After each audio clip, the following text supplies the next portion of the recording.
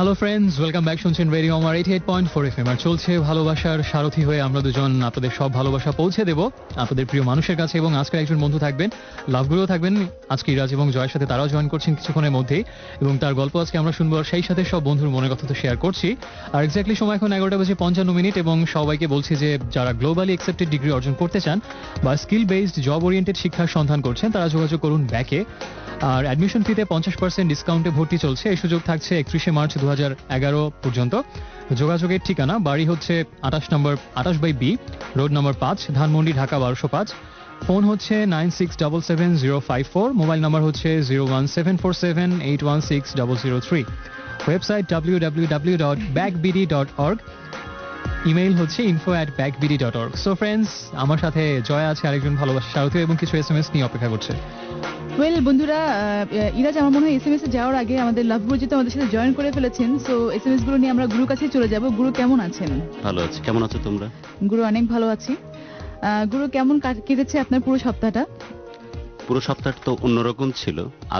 আজকের শুরুটাও ভালো ছিল, কিন্তু স্বপ্ন দেখছিলাম যে অবশ্যই বাংলাদেশ, আমরা যে সমীকরণের মধ্যে ছিলাম, ইরাজ বারবার যে ক্যালকুলেশন করছিলেন, আমি কিছু বলার ভাষা হারিয়ে ফেলেছি, আমি কিছু বলার নেই, আপসেট। মানে যত রকমের প্ল্যানিং ছিল যে আমি উঠে দাঁড়ালে উইকেট পড়বে, ইরাজকে বের করে দিলে উইকেট পড়বে, তাদের কাজ হয়নি। কুপা মোস্তফাকে বের করে দিলে উইকেট পড়বে, বিভিন্ন রকমের প্ল্যানিং করি। বরঞ্চ আমি যতক্ষণ ছিলাম ভালো খেলছিল ওয়েস্ট ইন্ডিজ। সেই না ইরাজ, তুমি এই ক্রেডিটটা আসলে সবসময় নিতে চাও। ক্রেডিট নিতে কিন্তু ইরাজ একদম এক্সপার্ট হয়ে গেছে, অপপ্রচার। কিন্তু তারপরেও আমি আশান্বিত, আমি আশাবাদী মানুষ। এবং এ তো একটা ক্রিকেট খেলা, যুদ্ধের মতো অনেক বড় একটা ব্যাপার। আমরা খুব অল্প সময়ের ব্যবধানে প্রশিক্ষিত একটা বাহিনীকে আমরা পর্যুদস্ত করতে সক্ষম হয়েছিলাম। ঠিক একই ঘটনা ঘটবে চিটাগাং এর মধ্যে। যে জয়রথ শুরু হয়েছে, সেই জয়রথ অব্যাহত থাকবে এবং আমরা আশা করি অবশেষে আমরা আমাদের রথ পার করতে পারবো। সেই কারো উপরে ভর করে বৈতরণী পার হওয়া না, নিজের ভরে, নিজের জোরে, এটাই বড় কথা। নিজের শক্তি দিয়ে আমরা বৈতরণী পার হব। ওয়েল ইরাজ, দেখছি ইতিমধ্যেই এবং গুরু আছেন আমাদের কাছে, রয়েছে অনেক ধরনের এসএমএস, অনেক এসএমএস করেছে বন্ধুরা। তো প্রথমেই পড়ে ফেলছি। গুরু ওশেন গার্ল লিখেছেন, ভালোবাসি আকাশের চাঁদকে, কিন্তু ওই জানে না আমার ভালোবাসার কথা। কখনো জানতে পারবো বলে মনে হয় না, তাই শুধু নীরব হয়ে তাকিয়ে থাকি চাঁদের পানে। সো গুরু, এ ব্যাপারে আপনি কি বলবেন? আচ্ছা, এসএমএসটা ইন্টারেস্টিং হচ্ছে, আকাশের চাঁদ। এই মজাদার বার্তাতে আমি যাওয়ার আগে তার নামটা আমি একবার একটু শুনতে চাচ্ছি। ওশেন গার্ল, ওশেন গার্ল, ভালোবাসি আকাশের চাঁদকে। ওয়াও, সমুদ্রকন্যা। গার্ল বলতে আমার একটা কথা মনে পড়লো যে অনেক শিশুদের কথা চলে আসে, বাচ্চাদের কথা চলে আসে। গার্ল বলতে তো অ্যাকচুয়ালি আমরা বালিকা বুঝি এই অর্থে। আজকে কিন্তু বঙ্গবন্ধুর জন্মদিন এবং আজকে বিশ্ব শিশু দিবস। আমরা শুভেচ্ছা, আজকের এই দিনটাতে আমরা তাকে অনেক বেশি করে স্মরণ করি এবং তার জীবনের সত্যিকারের কর্মময় জীবনের যে ভালো ভালো বিষয়গুলো আছে, সেগুলোকে আমাদের জীবনে অনেক বেশি করে চর্চা করি এবং নতুন উদ্যমে আবার পথ চলা শুরু করি। সেই সাথে অনেক খারাপ লাগা, অনেক কষ্টের মুহূর্তের মধ্যে আমার কিছু ভালো লাগা মুহূর্তও আছে। এই ভালো লাগা মুহূর্তে যাওয়ার আগে ওশেন গার্লের যে প্রশ্নটা ছিল, সেটি হচ্ছে যে চাঁদকে সে ভালোবাসে, কিন্তু নাই। হ্যাঁ, কিন্তু আছে। সে হচ্ছে চাঁদের দিকে শুধু তাকিয়ে থাকতে পারে, বা চাঁদকে সেটা বলতেও পারবে না, চাঁদ কখনো শুনতেও পারবে না। তাহলে ওর পক্ষ থেকে আমি বলছি, ও চাঁদ, সামলে রাখো জোছনাকে, কারো নজর লাগতে পারে, মেঘেদের উড়ো চিঠি উড়েও তো আসতে পারে। আপনাদের দুজনের এই চাঁদ বিষয়ে কথাবার্তা শুনে আমি তো খুব চাঁদ দেখতে ইচ্ছে হচ্ছে, উদাস হয়ে যাচ্ছি আমি। তুমি বাইরে তাকালে হয়তো দেখতে পারবে, আজকে দেখলাম যে চাঁদের সেই আলো আজকে আমাদের সবাইকে আলোকিত করছে রাতে, আস্তে আস্তে দেখলাম, রাইট? এরপরে পুরনো লাভ লিখেছে, পুরনো লাভ না, ওনার নামটা উনি লেখেনি, উনি লিখেছে যে ওনার পুরনো লাভ আবার লাইফে চলে আসছে। সো লাভ গুরুকে জিজ্ঞেস করছে যে গুরু, আমি কি পুরনো লাভকে আবার গ্রহণ করব নাকি পিছিয়ে যাব, কোনটা করব? এখানে একটি বিষয়, কারণ আমি বারবারই বলি যে মানুষ যদি কাউকে পরিপূর্ণভাবে ভালোবেসে থাকে, অর্থাৎ মানুষের প্রথম প্রেম, প্রথম ভালোবাসা, এটা কিন্তু কখনোই মন থেকে কখনোই উবে যায় না, এই ভালোবাসাটা কিন্তু থাকে। সো পরিস্থিতি যদি এইরকম হয় বন্ধু, যে কোনো একটা কাঠফোঁটা দুপুরে, কোনো এক হতাশাগ্রস্ত বিকেলে তার কথা মনে করে তোমার এখনো কষ্ট লাগে, এখনো ফিরে যেতে মন চায়, তাহলে আমি বলবো যে এই সুযোগটা তুমি হাতছাড়া করো না, ভালোবাসার মানুষটিকে তুমি তোমার পাশে নিয়ে আসো। সো বন্ধু, সুযোগ হাতছাড়া না করে তাড়াতাড়ি তোমার ভালোবাসার মানুষের হাত ধরে ফেলো। শুভ্র মতিঝিল থেকে জানিয়েছেন যে আমি সুমাকে, আমি এই এসএমএসটা একটা কারণে পড়ছি, সেটা পরে বলছি, যে আমি সুমাকে আমার জীবনের চেয়ে অনেক বেশি ভালোবাসি, প্লিজ ওকে বলে দাও, এবং ও আমাকে বুঝতে চায় না কেন ওকে কত ভালোবাসি। আমি এসএমএসটা এই জন্য পড়লাম, জীবনের চেয়ে বেশি ভালোবাসার যে টার্মটা আমরা অনেক সময় উপমায় ব্যবহার করি। So what do you think about জীবনের চাইতে আসলে ভালোবাসার মূল্য অনেক বেশি। যদিও আমরা অনুষ্ঠানে প্রায়শই এ ধরনের অতিথি হয়তো আসে যেখানে আমাদের ভালোবাসাটা অনেক বেশি প্রশ্নবিদ্ধ হয়, তারপরও আমরা আমাদের বলতে দ্বিধা নাই যে পৃথিবীতে যদি সত্যি মূল্যবান কিছু থেকে থাকে তা নিহিত আছে শুধুই ভালোবাসার মধ্যে। আজকে যেমন আমার প্রায় 5 থেকে 6 ঘন্টার একটা দীর্ঘকালীন ভ্রমণ ছিল ট্রেনে। আজকেই? হ্যাঁ, আমি যে বার্থে ছিলাম সেই বার্থে একজন দম্পতি ছিলেন একটা। আমি কথা প্রসঙ্গে জানতে পারলাম যে তাদের দাম্পত্যের বয়স প্রায় 40 বছর। তা আমি একটা জিনিস দেখে অবাক হচ্ছিলাম যে পরস্পরের প্রতি কত বেশি মাত্রায় তারা যত্নশীল, কত বেশি মাত্রায় তারা কেয়ারিং। এক পর্যায়ে ওই ভদ্রলোক বলছিলেন যে আমার ইনহেলারটা কোথায়, ওনার আবার অ্যাজমার একটা প্রবলেম হুম। আছে। আমি তো একটু আগে পকেটে নিলাম, আমার মনে হয় নিতে ভুলে গেছি। তো ওনার ওয়াইফ যিনি তিনি বলছেন যে না তুমি ভুলতে পারো, সে কারণে আমি আগে থেকে আমার পার্সে এটা রেখে দিয়েছি। তো ভদ্রমহিলা ভুলে গেছে, ভদ্রলোক মনে করিয়ে দিচ্ছেন তোমার তো প্রেশার ওষুধটা তুমি এখনো খাওনি, এটা খেয়ে নাও। এক পর্যায়ে হয়তো বয়সের ভারেই হোক উনি একটু ক্লান্তি বোধ করছেন, তখন কোনোভাবে ভদ্রমহিলা একটু ম্যানেজ করে ভদ্রলোককে বললো যে তুমি এখানে মাথা দিয়ে ঘুমাও। তিনি তার কোলে মাথা দিয়ে ঘুমানোর ব্যবস্থা করে দিলেন। সুইট। এই যে পরিস্থিতিগুলো আমি লোভ সামলাতে পারছিলাম না, আমার মনোযোগ আমি ওদিকে পুরোটাই আর চোখে দেখার চেষ্টা করছি পুরো বিষয়গুলো, বাট যেহেতু সামনাসামনি তাকালে হয়তো একটা বিব্রতকর হ্যাঁ, বিব্রত বোধ পরিস্থিতি করতে হতে পারে। তো আমি পরবর্তীতে আমার জানার খুব কৌতূহল যে কিভাবে সম্ভব। আমরা তো এতটুকুই জানি যে ভালোবাসা নাকি ফিকে হয়ে যায়, ভালোবাসা নাকি খুব বেশি দিন চিরনবীন থাকে না। বা বিয়ের পরে হয়তো অনেক বছর হিন্দুকেরা হয়ে দাবি গেলে- করেন। হ্যাঁ, অনেকেই বলে যে অনেকদিন একসাথে থাকার কারণে আকর্ষণটা সেই নবীন ভাবটা থাকে নাকি না। থাকে না। Right. তো এরা এমন কি মহা ঔষধ বা এমন কি আশ্চর্য বটিকা ধারণ করেছে যে কারণে ভালোবাসাটা ফিকে হওয়া তো দূরের কথা, ভালোবাসাকে হারিয়ে দিয়েছে এরা।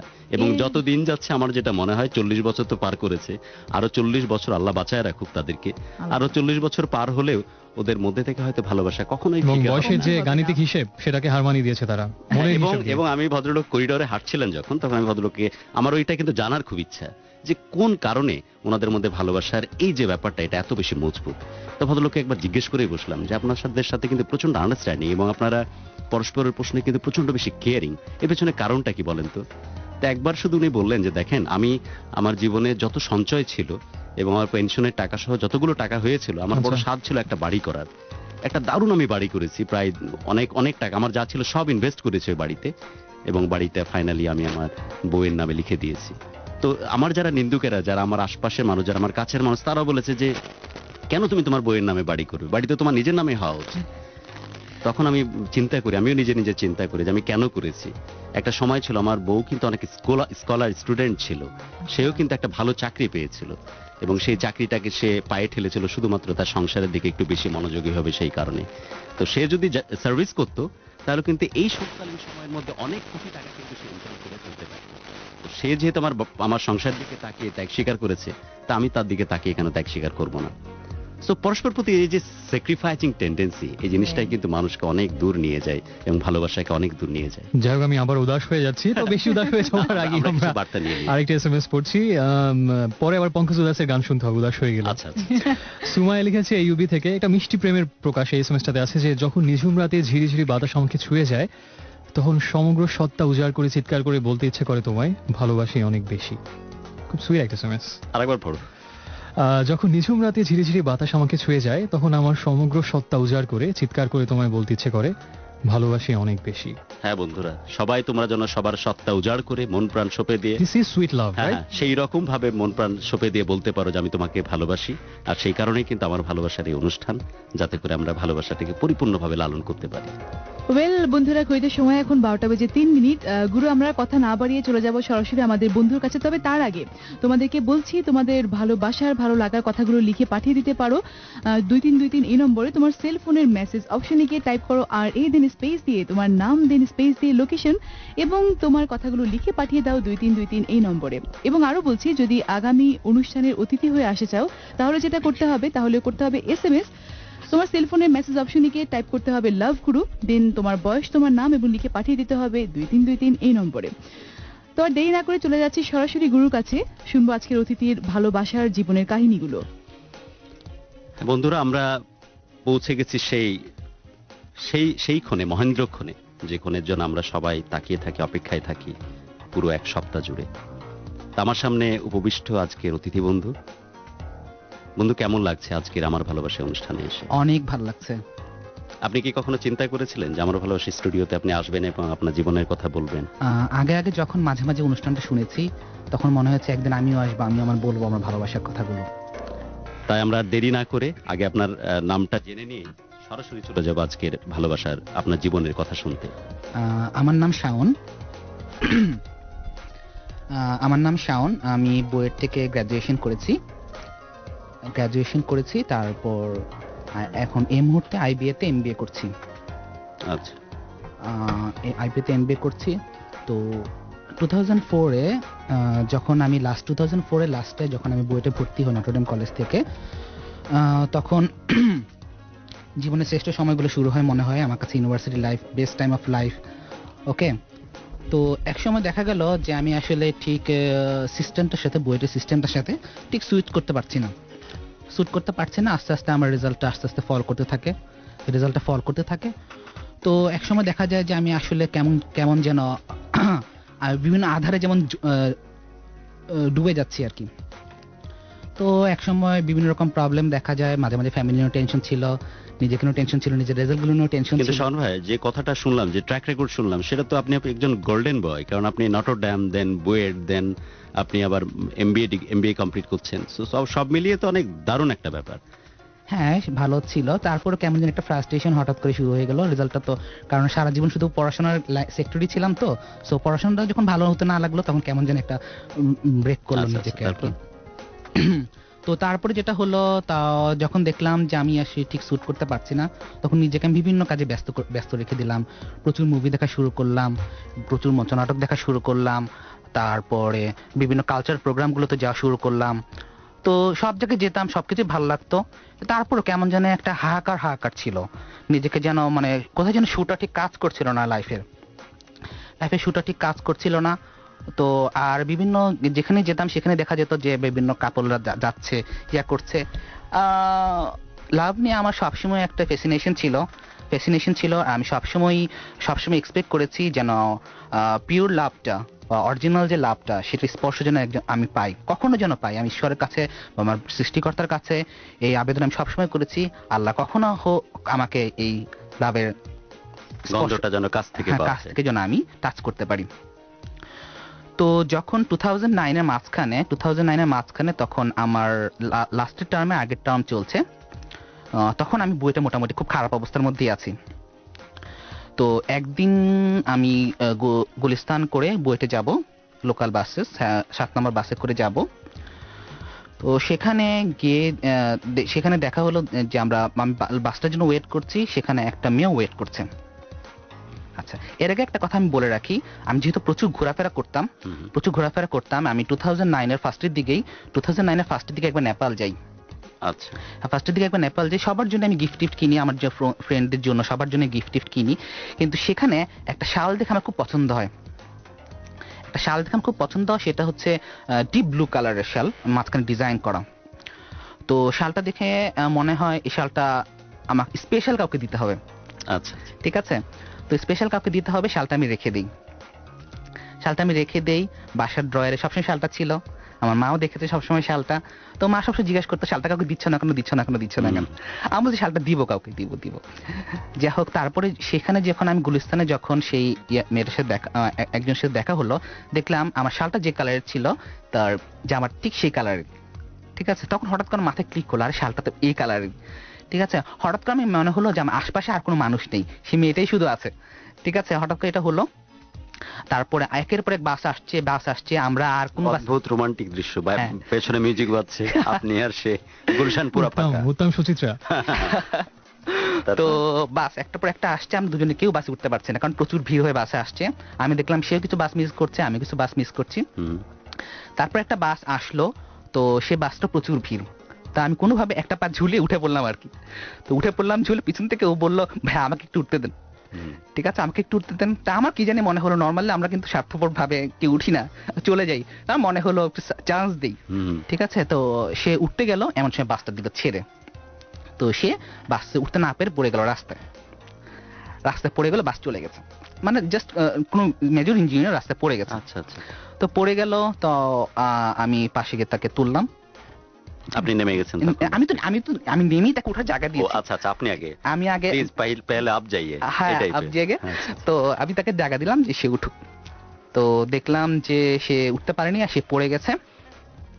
তো সে উঠার পর আমি এখন জিজ্ঞেস করলাম আপনি কোথায় পড়েন, আপনি কোথায় যাবেন? হুম, হুম, সে বলল যে আমি ইডেন কলেজে যাব। হুম। আচ্ছা ঠিক আছে, বলছে আমি তো বুয়েটে যাচ্ছি, তো একসাথে রিক্সায় যাবেন, তাই আমি আপনাকে ড্রপ করতে পারবো। সরি, আমাকে আপনি ড্রপ করতে পারবেন, আপনারটা যেহেতু পড়ে।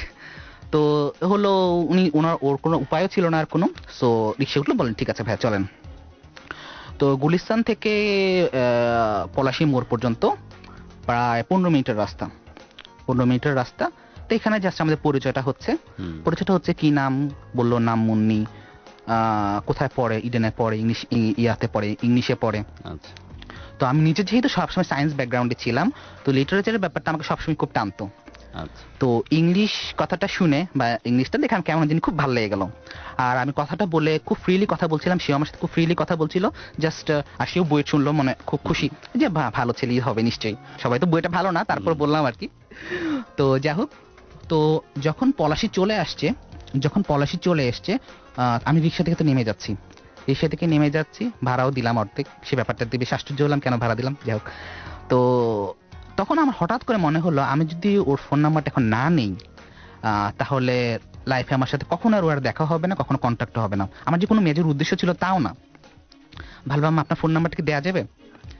তখন বললো ভাইয়া হ্যাঁ ফোন নাম্বার তো অবশ্যই দেওয়া যাবে ভাই, কিন্তু ভাই ডিস্টার্ব করতে পারবেন না। ঠিক আছে, খুব স্বাভাবিক কথা। তো এটাই আমার লাইফে ফার্স্ট কারো ফোন নাম্বার নেওয়া, কোনো মেয়ের ফোন নাম্বার নেওয়া, এবং এটা লাস্ট ফোন নাম্বার নেওয়া। যাই হোক, ফোন নাম্বারটা নিয়ে নিলাম। আর সে আমাকে আমি মিস কল দিলাম। তো আমার ফোন নাম্বারটাও সে পেয়ে গেল। জাস্ট ঘটনা এতটুকুই। তো বাসায় যাওয়ার পরে সন্ধ্যার সময় সে আমাকে একটা SMS পাঠালো, থ্যাংক ইউ ভাই ফর দ্য হেল্প। হুম, হুম। আমি বললাম ওকে থ্যাংক ইউ, ঠিক আছে থ্যাংক ইউ। তারপরে এরপর আর কোনো যোগাযোগ নেই। তারপরে আমি সাধারণত আমার যেটা অভ্যাস সাধারণত হচ্ছে, আমি মোবাইলের যে নাম্বারগুলো সেভ করা থাকে রেগুলার বেসিসে সেগুলো আমি ডিলিট করি। ঠিক আছে, যেগুলো আননেসেসারি নাম্বারগুলো, এই অভ্যাসটা তারও ছিল। কিন্তু আমি যতবারই নাম্বারগুলো ডিলিট করতে যাই, এই নাম্বারটা আমি কখনো ডিলিট করি না, কেন জানি। ওই জামার ওই কালারটা চলে আসে। হ্যাঁ, কালারটা চলে আসে, নামটাও চলে আসে, কেমন জানি একটু চোখে চোখে ভাসে। ঠিক আছে, কিন্তু আসলে ঠিক ডিস্টার্বও করছি না। আমি তো কল দেওয়াটা আমার ঠিক ধাঁচেও নেই, আমি কল দিবও না, হচ্ছেও না। তো এর মধ্যে হঠাৎ করে প্রায় 3-4 মাস পরে রোজার ঈদ আসে। রোজার ঈদে হঠাৎ করে সে একটা SMS পাঠায়, ঈদ মোবারক। হুম। ঈদ মোবারক। আমি তো দেখে আকাশ থেকে পড়ি, আল্লাহ এই নাম্বার থেকে SMS এসছে, কি অবস্থা। আমি সাথে সাথে বলি আপনি আমাকে এতদিন পর মনে রেখেছেন, থ্যাংক ইউ। জাস্ট এখানেই আচ্ছা। শেষ। তারপরে নভেম্বর মাস চলে আসে। আমাদের দেখা হয়েছে জুনের দিকে, নভেম্বর মাস চলে আসে। নভেম্বর মাসের 12 তারিখের দিকে সে হঠাৎ করে রাতের বেলা ফোন করে, বলে ভাই আমি তো বসেছিলাম, চুপচাপ বসেছিলাম, আপনার নাম্বারগুলো ঘাটছিলাম, হঠাৎ করে আপনার নাম্বারটা দেখে মনে হলো আপনি এখন কেমন আছেন, অনেকদিন নেই। তা আমি তো অন্য একটা নাম্বার থেকে ফোন করেছি। আপনি কখনো ফোন দিতেন না? না, আমি কখনো ফোন দিইনি। আচ্ছা। সেও মাঝখানে কোনো ফোন দেয়নি। মাঝখানে শুনেছি যে ওর ফ্রেন্ডদের কাছে বলছে যে আমাকে এর সাথে বুয়েট একটা ভাইয়ের পরিচয় হয়েছে। আর আমিও তো আমার 2-1 ফ্রেন্ডকে বলেছি যে এরকম রাস্তায় দিন দেখা হয়েছিল। সবাই মজা টজা করতাম, বলতাম না এটা তো আমি আর ডিস্টার্ব করতে পারি না, তো আমি তো হচ্ছে না। যাই হোক, তো সে হঠাৎ করে নাম্বার কাটতে আমার নাম্বারটা তার চোখে লাগে এবং মনে করে যে এতদিন বইটা ছিল পাশি করে ফেললো না কি হলো, একটা খোঁজ খবর নেই। সে জাস্ট এই ইন্টেনশনে ফোনটা করেছে। তার ফোন পেয়ে আমি পুরো মুগ্ধ। আমাকে এতদিন পর মনে রেখেছে, ফোন দিয়েছে, অন্য একটা নাম্বার থেকে ফোন দিয়েছে। যাক, তখন 5-6 মিনিট কথা হলো। কথা শেষ, আমি বললাম যে আপনার তো ওয়ারিদ নাম্বার, আমার একটা ওয়ারিদ নাম্বার আছে, তো এখান থেকে আপনাকে আমি পাঠাবো। তো কোনো একটা অজানা কারণে এটার জন্য আমি এখনো লজ্জিত, আমি আমার ওয়ারিদ নাম্বারটা পাঠাতে ভুলে যাই। ঠিক আছে, ভুলে যাই। তো সে রাতে আমার অন্য নাম্বারটাতে আবার কল করে। ভাই আপনি আপনার ওয়ারিদ নাম্বারটা দিলেন না। আমি তো তখন বলি দেখেন অনেক সরি, আমি আসলে ভুলে গেছি এসে। তারপর কথা শুরু হলো, সেটা প্রায় রাত 12টার দিকে কথা শুরু হলো। কথা চলছে, ওর খোঁজ খবরগুলো নিচ্ছি, আমার পরিচয়টা নিচ্ছি। যতই যাচ্ছে ততই আমার খালি ভালোই লাগছে এবং ওরও ভালো লাগছে, কারণ আমরা দুজনেই অপরিচিত। হুম হুম। একবার যে পরিচয় হয়েছে এটা তো কোনো পরিচয়ই না, দুজনে অপরিচিত কিন্তু কথাবার্তা বলে আমাদের খুব ম্যাচ করছে। কথাবার্তা, ও কিরকম লাইফ ড্রিম করে, আমি কিরকম লাইফ ড্রিম করে, ও কিরকম চাচ্ছে না চাচ্ছে, এটা আমি শুনলাম, তা আমার বেশ ভালো লাগছে। এর মাঝখানে আমি শুনলাম যে সে গান করে, গান আচ্ছা। শিখে, মানে শিখে আর কি। তো এই জিনিসটা আমাকে বেশ মুগ্ধ করলো, কারণ আমি নিজে গান পারি না, আমি কোনো জাস্ট কিছুই পারি না, I am not creative man. So এই জিনিসটাও করলো, একে তো লিটারেচার স্টুডেন্ট, তো আবার গানের স্টুডেন্ট, সো আমার খুব খুব মুগ্ধ লাগলো। আর ও আমাকে বারবার জিজ্ঞেস করছিল আপনার কিরকম মেয়ে পছন্দ, কিরকম, আপনি এতদিন রিলেশনশিপে যাননি কেন, এ কেন। আমিও বলছিলাম না এরকম হয়নি, ম্যাচ করেনি, আর আমি এরকম ভাবে যাইও না। আর সেও বলছিল হ্যাঁ ভাইয়া এরকম আসলে হয় না টায় না, এরকম করে করে। তো এই কথাবার্তা হচ্ছে চলতে চলতে 3টা 4টা বেজে গেল।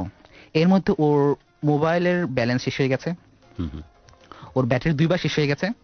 বলে ভাই ব্যাটারি 2বার শেষ। ব্যাটারি 2বার শেষ, বলে ভাই আপনার সাথে আমার কথা বলতে খুব ভালো লাগছে। আমি বলছি হ্যাঁ কথা বলতে ভালো লাগছে। সে বলে ভাই আপনি 10 মিনিট ওয়েট করেন, আমি চার্জ দিয়ে নিই।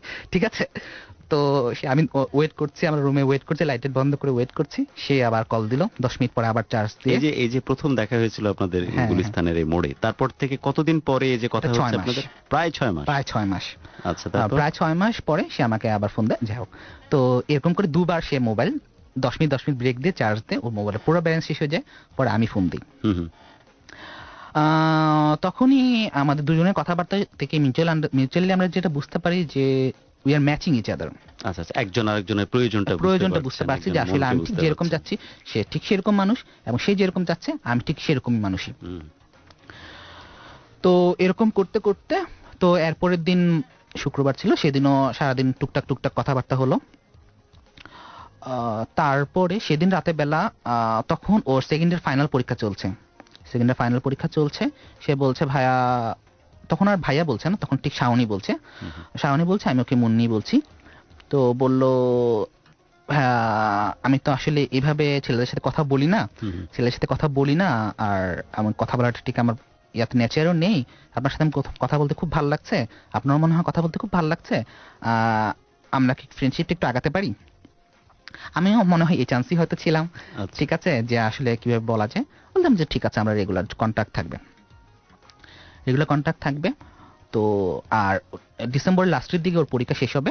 আর বলছে কোনোভাবেই আমাদের এর আগে দেখা হবে না, দেখা হবেই না। আচ্ছা বলছি ঠিক আছে, দেখা হবে না। তো ওই মাসের শেষের দিকে আমাদের মোটামুটি একটা মিউচুয়ালি আন্ডারস্ট্যান্ডিং হয়। কিন্তু শাওন, আপনার হতাশাগ্রস্ত জীবন থেকে কিন্তু এই সুরে বাজছে আপনার হ্যাঁ জীবন, আমার তাই যে তো? সুরে বাচ্চা, আমি বুঝতে পারছি যে একটা লাকি চার্ম হয়তো আমার লাইফে ঢুকছে। আচ্ছা আচ্ছা। লাইফে ঢুকছে। আর আমি আমার অন্যান্য ফ্রেন্ডদের সাথে 2-1 সাথে কনসাল্ট করেছি, সবাই বলছে তোমার এটা লাস্ট টার্ম, তুমি বইয়েতে এটা লাস্ট টার্ম, তোমাকে কোনোভাবে রিস্ক নেওয়া সম্ভব না, কোনো কিছু ইনভলভ হওয়া সম্ভব না, লাইফে অ্যানাদার একটা ভেরিয়েবল অ্যাড করা কোনোভাবেই সম্ভব না। হুম। আমি বললাম লেটস টেক দ্য রিস্ক। তো ওকে, তো রিস্কটা নিলাম। তারপর আমরা দুজনে ডিসাইড করলাম ওই টাইমটাতে একটা মিউচুয়াল আন্ডারস্ট্যান্ডিং এর মাধ্যমে যে maybe we are made for each other, and let's have a try. দেখি আমরা ভালোভাবে ইনভলভ না হলে আমরা দেখি। তো এরকম করতে করতে সপ্তাহখানেকের মধ্যে আমাদের রিলেশনশিপটা অনেক ডিপ চলে যায় মিন্স হচ্ছে এর মধ্যে আমাদের রিলেশনশিপ শুরু হয়ে গেছে। কে যে আমাদের ফার্স্ট আই লাভ ইউ বলছে মনেও নেই। ঠিক আছে, হয়তো ওই বলেছে, হয়তো আমি বলেছি। এটা কি ফোনেই?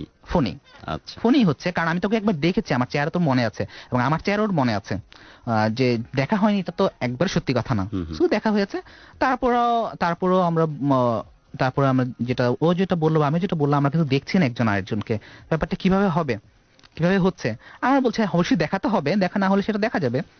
ওকে, তারপরে এই করতে এর মধ্যেও দুটো পরীক্ষা গিয়েছে। ও আমার বাসার সামনে দিয়ে যায়, ওর বাসা ছিল হচ্ছে বা আমার বাসা হচ্ছে শাহজাহানপুর। তো রিক্সা আমার বাসার সামনে দিয়ে যায়, আমাকে অনেকবার বলছে আমি নিচে দাঁড়াই, জাস্ট তুমি আমার সামনে রিক্সাতে পার হও, না দেখা হবেই না। তো এরকম করতে কোরবানি ঈদ চলে আসলো। কোরবানি ঈদ মনে হয় সেপ্টেম্বর লাস্ট উইকে, 27 সেপ্টেম্বর বা সামথিং লাইক দ্যাট। তো সেদিন সকালবেলা বলছি চলো না দেখা করি আজকে।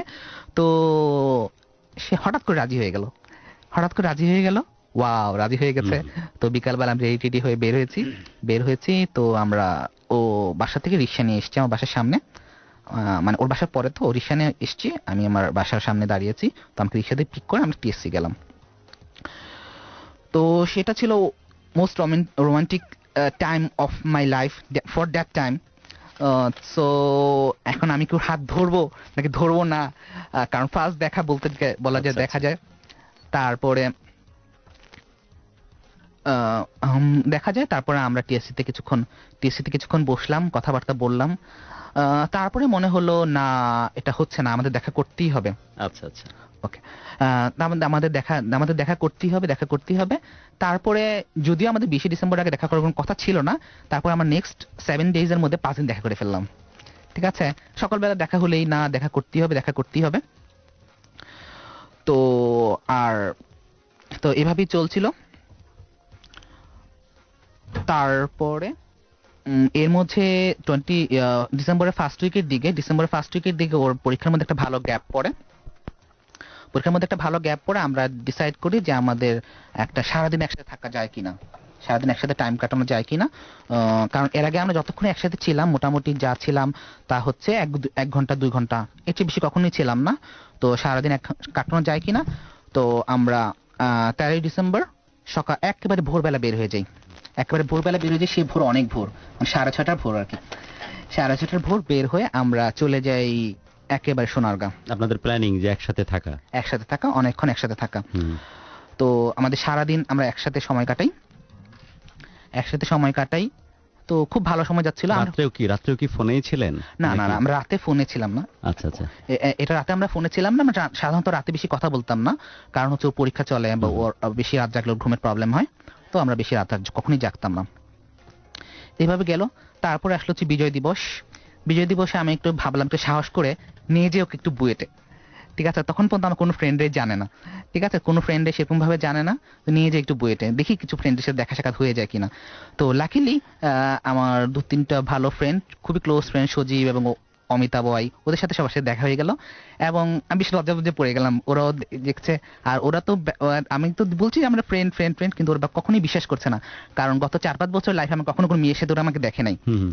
তো একটা মেয়েকে নিয়ে আমি বুয়েটে গিয়েছি, একটু বিয়ে, শুধু এটা তারা তো ব্যাপক আশ্চর্য, ব্যাপক প্রেশার দিচ্ছে কি হয়েছে না হয়েছে। তো আমি তাদেরকে আস্তে আস্তে বলছি।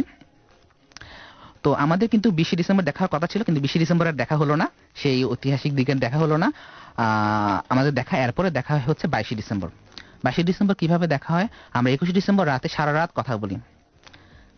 তার পরীক্ষা তো শেষ, এখন আর সারা রাত কথা বলা যায়। সারা রাত কথা বলছি, এরকম করে যখন 5টা বেজে গেল, তখন আমাদের মোটামুটি দুজনের কান্নাকাটি করার অবস্থা। ভোর 5টা? ভোর 5টা কান্নাকাটি করার অবস্থা। কেন কান্নাকাটি করার অবস্থা? আমাদের দেখা করতেই হবে। এখন আমাদের দেখা না করে কোনোভাবেই সম্ভব না। ঠিক আছে, তো এখন আধা ঘন্টা তো ঘুমাতে হয়। আধা ঘন্টা ঘুমিয়ে, ফজর নামাজটা পড়ে আধা ঘন্টা ঘুমিয়ে আমরা আবার বেরোলাম 7টার দিকে। ঠিক আছে, 7টার দিকে বের হয়ে সোজা সিএনজি নিয়ে চলে গেলাম যাত্রাবাড়ি। এর মাঝে আমরা নাস্তা কিনে নিয়ে চলে গেলাম আবার সোনারগাঁও গিয়ে যে সেই যে এক কোণায় যে আমরা বসছি। ঠিক আছে, কোথায় সোনারগাঁ কি জাদুঘর দেখবো, কি দেখবো, এক কোণায় বসে আছে, তো বসি আছে আমাদের যে বসছি, ওঠার নাম না।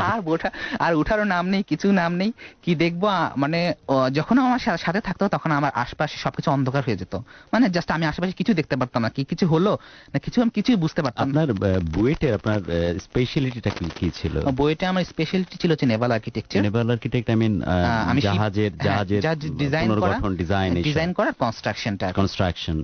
তখন আমি লাস্ট টার্মে ছিলাম। কিন্তু আপনি তো এক্সট্রিমলি রোমান্টিক একজন পারসন, এটা আপনি তো আগে টের পাননি। আগে টের পাইনি, জাস্ট টেরটা পেয়েছিলাম যে আমার বুক ভরা ভালোবাসা আছে, কাউকে জাস্ট দিতে হবে আর কি।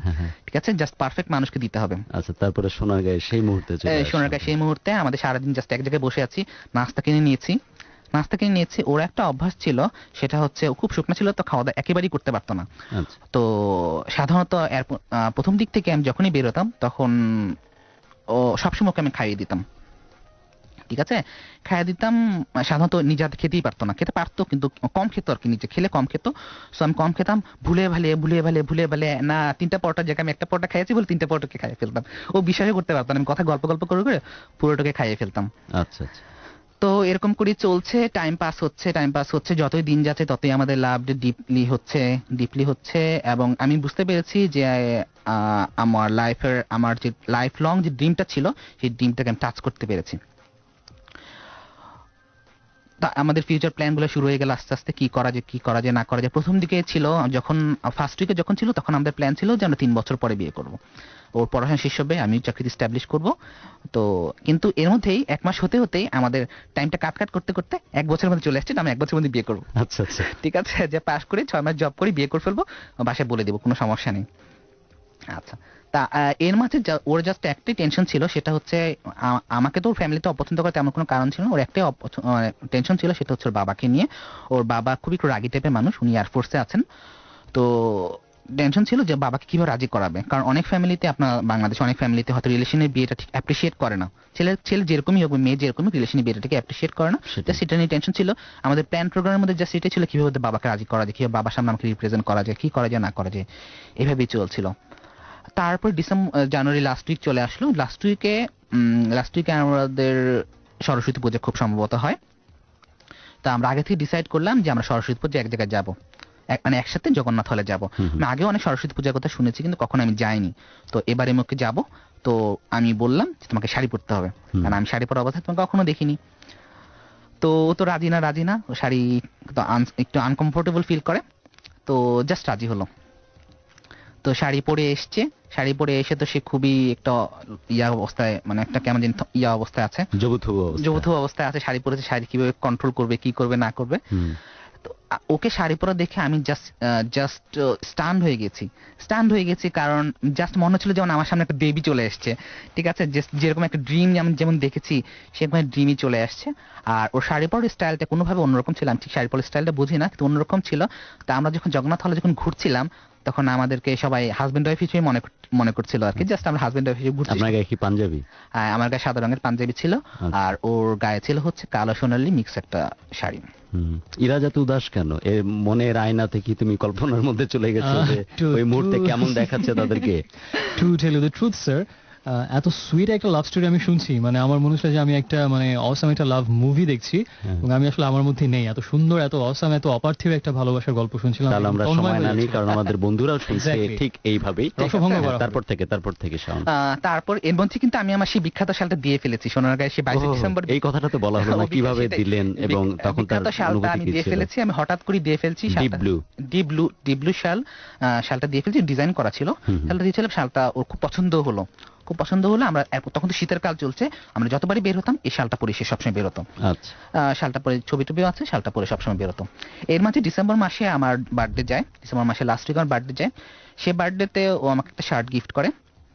বার্থডে দিন আমরা দেখা করতে পারিনি, কারণ বার্থডেটা ছিল হচ্ছে স্যাটারডে। আমরা ন্যাচারালি মিট করতাম হচ্ছে শুক্রবার। মিট করার কারণ হচ্ছে শুক্রবার ওর গানের ক্লাস থাকতো, গানের ক্লাসের পরে আমরা সাধারণত মিট করতাম।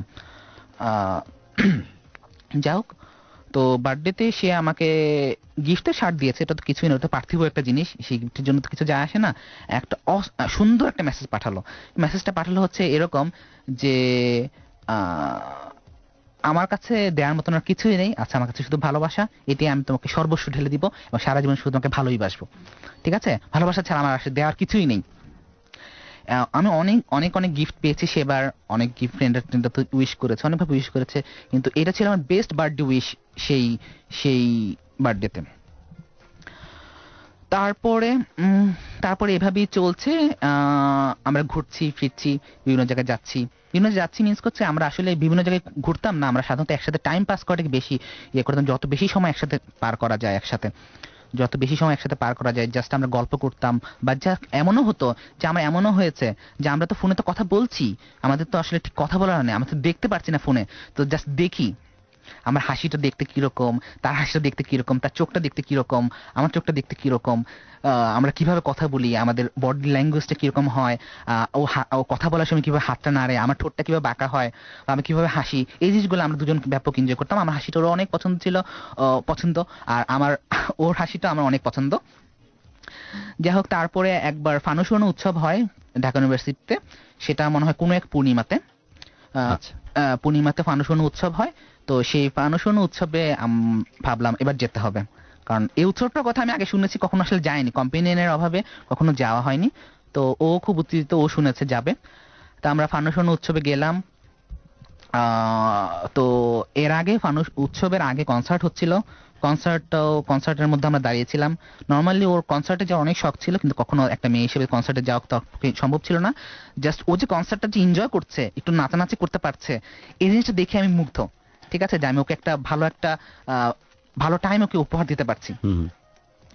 তারপরে যেটা হলো, ফানুস উড়ানো উৎসব হচ্ছে, ফানুসটা দেখছি, আমরা দুজন একসাথে দাঁড়িয়ে দেখছি, ও মুগ্ধ আমিও মুগ্ধ, মানে ওর মুগ্ধ আমি কি মুগ্ধ হব, ওর যে মুগ্ধ চেহারাটা সেটা দেখে আমি আরো বেশি মুগ্ধ।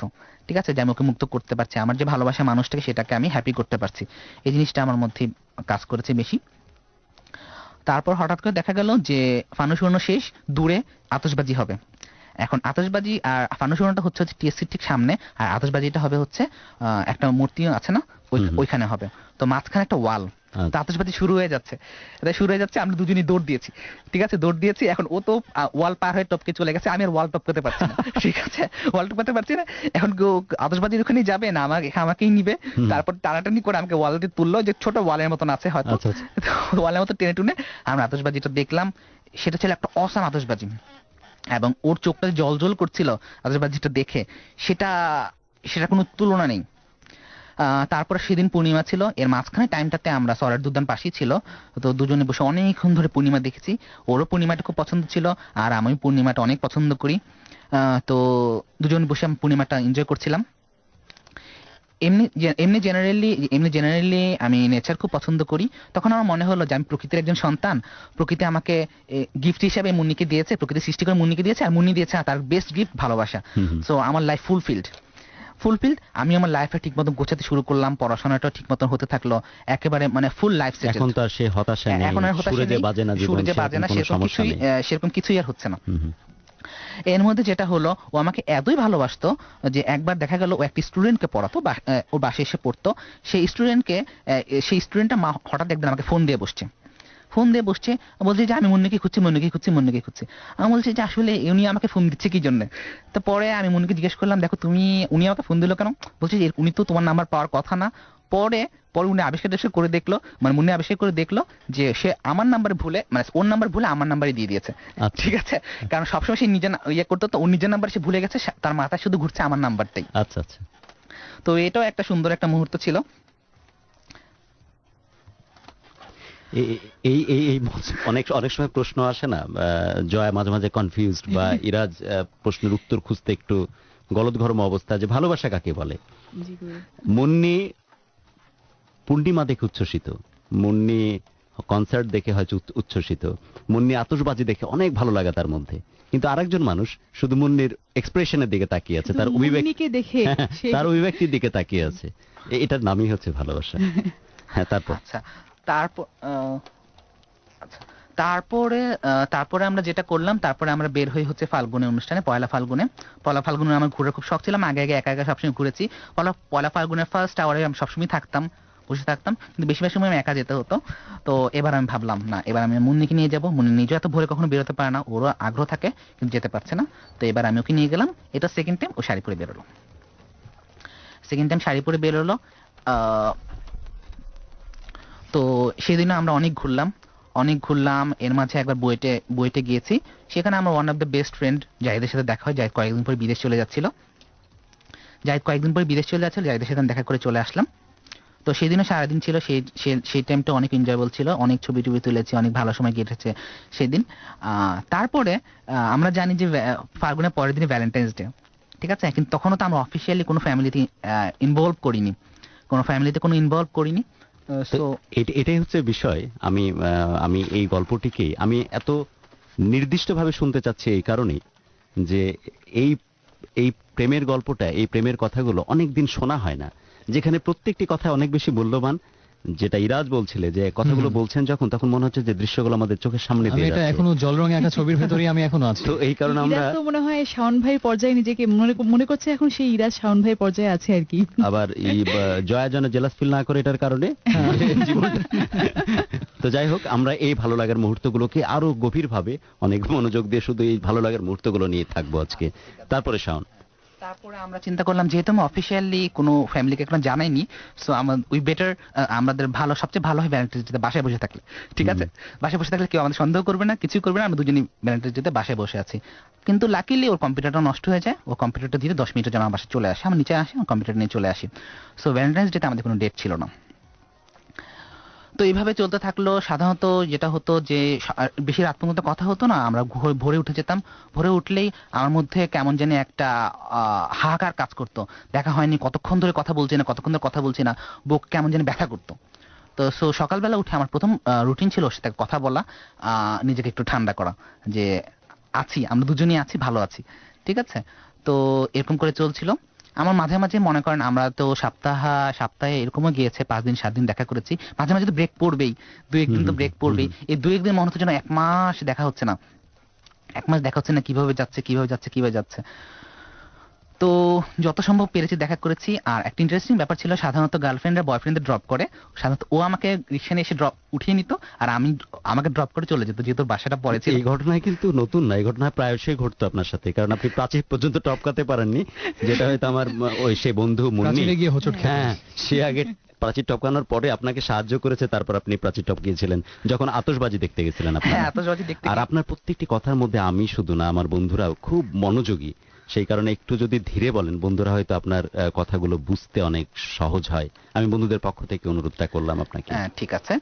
তো তারপরে দেখা গেছে যে আমরা তো সারাদিন তো আর আমার একসাথে কথা বলা সম্ভব না, তো কিছুটা তো হতে হবে। তারপরও আমাদের যেন অনেক কথা রয়ে যাচ্ছে, অনেক কথা বলার রয়ে যাচ্ছে। তো আমরা কি করলাম, আমরা ডায়েরি কিনলাম। সেই ডায়েরিটা কি হবে, যখন আমরা নিজের কথা বলবো না, যখন সময় পাবো, যদি খুব বেশি ভালো কিছু লেখার মনে হয়, সেটা সাথে সাথে আমরা লিখে ফেলবো। তো ডায়েরিটা দুজনের কাছে শেয়ার করে থাকতো, ওর কাছে কিছুদিন থাকতো, আমার কাছে কিছুদিন থাকতো। ও যখন অনেক কষ্ট লাগতো, মানে আমাকে যখন অনেক বেশি মিস করতো, তখন লিখতো, বা আমার কাছে আসলে আমিও লিখতাম। এভাবেই একটা ডায়েরি শেষ হয়ে গেল, দুটো ডায়েরি শেষ হয়ে গেল, ডায়েরি চলছে। তো এখন লাইফে তো ভালোভাবে চলছে, তার মধ্যে কিছু কষ্ট আছে, কষ্ট তো থাকবেই। একটা ছিল হচ্ছে যে ওর বাসা থেকে ওর ইউনিভার্সিটি পর্যন্ত যাওয়াটা ঠিক সোজা ছিল। আপনাদের সাবজেক্ট গুলো কিন্তু খুব সহজ না, যেমন তিনি ইংরেজিতে অনার্স হ্যাঁ, করছেন, honours। আপনি নেভাল আর্কিটেক্টের মতো একটি সাবজেক্ট নিয়ে পড়ছেন, তো পড়ালেখাতে কোনো ক্ষতি হচ্ছিল না সেই না, সময়? পড়ালেখাতে কোনো ক্ষতি হচ্ছিল না, কারণ আমরা সবসময় একজন একজনকে পড়তে বসাতাম। অর্থাৎ ওই অনুপ্রেরণাটা আপনাদের পড়ালেখাতে কাজে অনুপ্রেরণাটাকে আমরা কাজে লাগিয়েছেন। লাগিয়েছি, Very যে good. অনুপ্রেরণাটা যতটুকু হয়, যা আমরা হওয়া নিজেদের উচিত। মধ্যে নিজেদের মধ্যে আমরা কখনো কোনো হ্যাম্পার করব না। আমাদের ডেটিং এ যেটা বের হতাম, সেটাও সে চিন্তা ভাবনা করে বের হতো। আচ্ছা, কারণ পরবর্তী জীবনগুলো তো সাজানোর চেষ্টা করছেন হ্যাঁ, একসাথে। সাজানোর চেষ্টা করছি, সব হুম। প্ল্যান হচ্ছে। খুবই এমনকি আমি ও মাঝে মাঝে চেষ্টা করতো যে ওর গানের ক্লাসটা নিজেদের দেখা করা যায় কিনা, আমি সেটা করতে দিতাম না। গানের ক্লাস অবশ্যই করতে হতো। হুম, হুম। আমি গান ক্লাস পর্যন্ত ওয়েট করতাম, বসে থাকতাম, রিক্সায় বা আশপাশে হাঁটাহাঁটি করতাম। হুম, তো যেহেতু প্রবলেম ছিল, তো ওকে লোকাল বাসে চলাফেরা করতে হতো, যেভাবে লোকাল বাসে আমাদের দেখা। আচ্ছা। তো এই বাসগুলো তো আসলে আমাদের জন্য, আমাদের সোসাইটির মেয়েদের জন্য খুব প্রবলেম, বা যে টেম্পোগুলো আছে এগুলো খুব প্রবলেম। তো বিভিন্ন রকম প্রবলেমে পড়া শুরু করলো হঠাৎ করে, যে আসলে ডিস্টার্ব হচ্ছে, রাস্তাঘাটে ঝামেলা হচ্ছে, মানুষজন, বাংলাদেশের মানুষ তো আসলে এতটা বোঝেও না। আর ওর সাথে মিশার আগে আমি তো বুঝতেই পারিনি, কারণ আমার নিজের কোনো বোন নেই, যে আসলে যে বাংলাদেশি মেয়েরা যে এত কষ্টে থাকে, হুম, হুম। ঠিক আছে, সোসাইটিতে, সমাজে বা রাস্তাঘাটে যে এত কষ্টে থাকে, এটা কখনো এখন বুঝতেই তো পারি। আমরা অ্যাটলিস্ট অনুরোধ জানাতে পারি যে যে মেয়েটিকে আমরা বাসের মধ্যে বা স্কুটারে এই সময় যাকে আমরা লাঞ্ছিত করছি, এখন বলা যায় না সেই হয়তো আমাদের কোনো মা বা কোনো বোন বা বউ হয়ে হয়তো রাস্তাতে লাঞ্ছিত হচ্ছে। আমি আসলে আমরা এই ব্যাপারটাতে অবশ্যই সবার সতর্ক থাকা উচিত। হ্যাঁ, আমি আগে মনে করে শুনতাম, কিন্তু এভাবে যে নিজে যে দেখতে হবে, হুম। নিজে যে বুঝতে হবে, যখন ভালোবাসার মানুষটাই লাঞ্ছিত মধ্যে হচ্ছে বা পড়লেন, দেখছে বা তখন বুঝতে আপনার পারছে, কষ্ট হলো। তখন এটা এগুলো আসলে উপলব্ধিতে আসা উচিত উপলব্ধিতে চলে আমাদের। আসছে যে আমার আসলে কি হচ্ছে, আমি আসলে কি করছি। হুম, হুম। কারণ আমার মতন একটা মানুষ কিভাবে এরকম করছে। আচ্ছা, তারপর? তো যেটা হলো, তা আমি চেষ্টা করলাম যে যতদিনে সে ইউনিভার্সিটি যায়, যতদিনে গানের ক্লাসে যায়, ও যেন রিক্সা যেতে পারে। হুম, হুম। রিক্সা যেতে পারে, এখন রিক্সা তো বেশ কস্টলি ব্যাপার। তো সেই মুহূর্তে আমি স্টুডেন্ট পড়াতাম একটা, নর্মাল নিজের খরচের জন্য স্টুডেন্ট পড়াতাম একটা, আমি আরেকটা স্টুডেন্ট নেই পড়ানোর জন্য। আর সেখান থেকে ওর যে রিক্সা ভাড়ার হিসাব করে সেই টাকাটা আমাকে দিয়ে দিতাম, আচ্ছা, আচ্ছা, রিক্সা ভাড়ার টাকাটা দিয়ে দিতাম। আর আর আমি চেষ্টা করতাম মাঝে মাঝে হেঁটে বইতে যাওয়ার। আচ্ছা, আচ্ছা। ঠিক আছে, 65 মিনিট লাগতো, কোনো ব্যাপার না, আমার নিজের একটা এক্সারসাইজ হয়ে যেত। 65 মিনিট লাগতো নিজের ক্লাস করতে যেতেন হ্যাঁ, আপনি না, পায়ে হেঁটে? পায়ে হেঁটে ক্লাস কিন্তু করতে যেত। ভালোবাসার মানুষটি যেন ভালোভাবে যেতে পারে, হ্যাঁ, যেতে পারে। সেজন্য তার জন্য একটা আপনি নতুন একটা টিউশন নেন নিলাম। এবং সেই টাকাটা তার পারপাজে খরচ হ্যাঁ, করেন। কিছুটা পারপাস করে দিলাম। তো এটা চলছে, সেও যাচ্ছে, সেও নিতে চায় না, সেও চেষ্টা করছে কোনোভাবে রিক্সা ভাড়া 5 টাকা কমানো যায় কিনা, কোনোভাবে ইয়া করা যায় কিনা, সে 10 মিনিট 15 মিনিট দাঁড়িয়ে থাকা রিক্সা ভাড়া 5 টাকা কমানোর জন্য। আমিও তোকে না করি না, এরকম কোনো দরকার নেই, ওদের মধ্যে পুরো দরকার নেই। তো যাচ্ছে, মাঝে মাঝে এরকমও হচ্ছে যে ইউনিভার্সিটি যাচ্ছে, আমাকে ড্রপ করে চলে যাচ্ছে বা আমাকে নিয়ে চলে আসছে, এভাবে হচ্ছে। তো এরকম করে চলছে। তা আমাদের নর্মালি অন্য কোনো দিন দেখা না হলো, মেইনলি দেখা হতো বুধবার আর শুক্রবার, কারণ হচ্ছে বুধবার আর শুক্রবার ওর অবশ্যই গানের ক্লাসটা থাকতো। গানের ক্লাসটা থাকতো, সেইভাবে সে দেখা হচ্ছে। তো এই চলছে আপনাদের জীবন। শুধুই ভালো লাগা, শুধুই ভালোবাসা, টুকটাক কষ্ট, যে কষ্টগুলোকে ম্যানেজ করার Manage জন্য করা আপনি যায়। হয়তো নিজে থেকে উদ্যোগী নিজের মধ্যে হচ্ছেন। ছিল। আর প্রত্যেকটা রিলেশনে কিছু কম্প্রোমাইজ থাকে, সেটাই। কম্প্রোমাইজ গুলো থাকে। তো আমাদের পারস্পরিকভাবে যতটুকু কম্প্রোমাইজ করা দরকার ছিল একটু করতাম। কম্প্রোমাইজ করতে কোনো অসুবিধা ছিল না। আচ্ছা। কারণ হচ্ছে যাকে ভালোবাসি তার জন্য কম্প্রোমাইজ করাই যায়। আমার যেটা মনে হয় কম্প্রোমাইজ করলে অন্য আমার পার্টনার কি কম্প্রোমাইজ করছে সেটা নিজে চিন্তা করা উচিত। নিজে যাকে ভালোবাসি তার জন্য কম্প্রোমাইজ করতে কখনোই দ্বিধা করা উচিত না।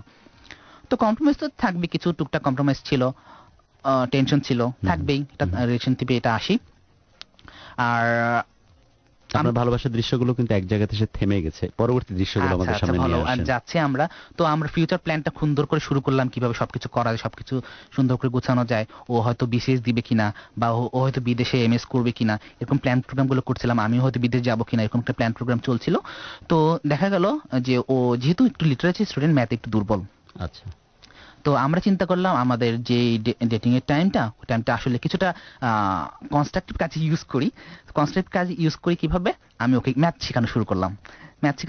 প্রথমে ওকে শুরু করলাম ক্লাস 5 এর বই থেকে। আচ্ছা। ঠিক আছে, পুরো ক্লাস 5 এর বই পুরোটা শেষ করলো, ক্লাস 6 এর বই পুরোটা সে শেষ করলো। আমি ওকে বাসি হোমওয়ার্ক দিই, সে বাড়িতে হোমওয়ার্ক করে নিয়ে আসে, আবার ফোন করে করে সেই হোমওয়ার্কগুলো আমার কাছ থেকে বুঝে নিচ্ছে। আর আমি ওর কাছে কি শিখতাম, আমি ওর কাছে ইংলিশ শিখতাম। আচ্ছা। ঠিক আছে, ও যেহেতু ইংলিশ ভালো পারতো, তো ইংলিশ ভালো পারতো, আমাকে সে ইংলিশ শেখাতো। আর যেহেতু আমি ইংলিশে কথাবার্তা আমার সাথে বলতে ইয়া করতো, আর ওর জানার তীব্র আগ্রহ ছিল।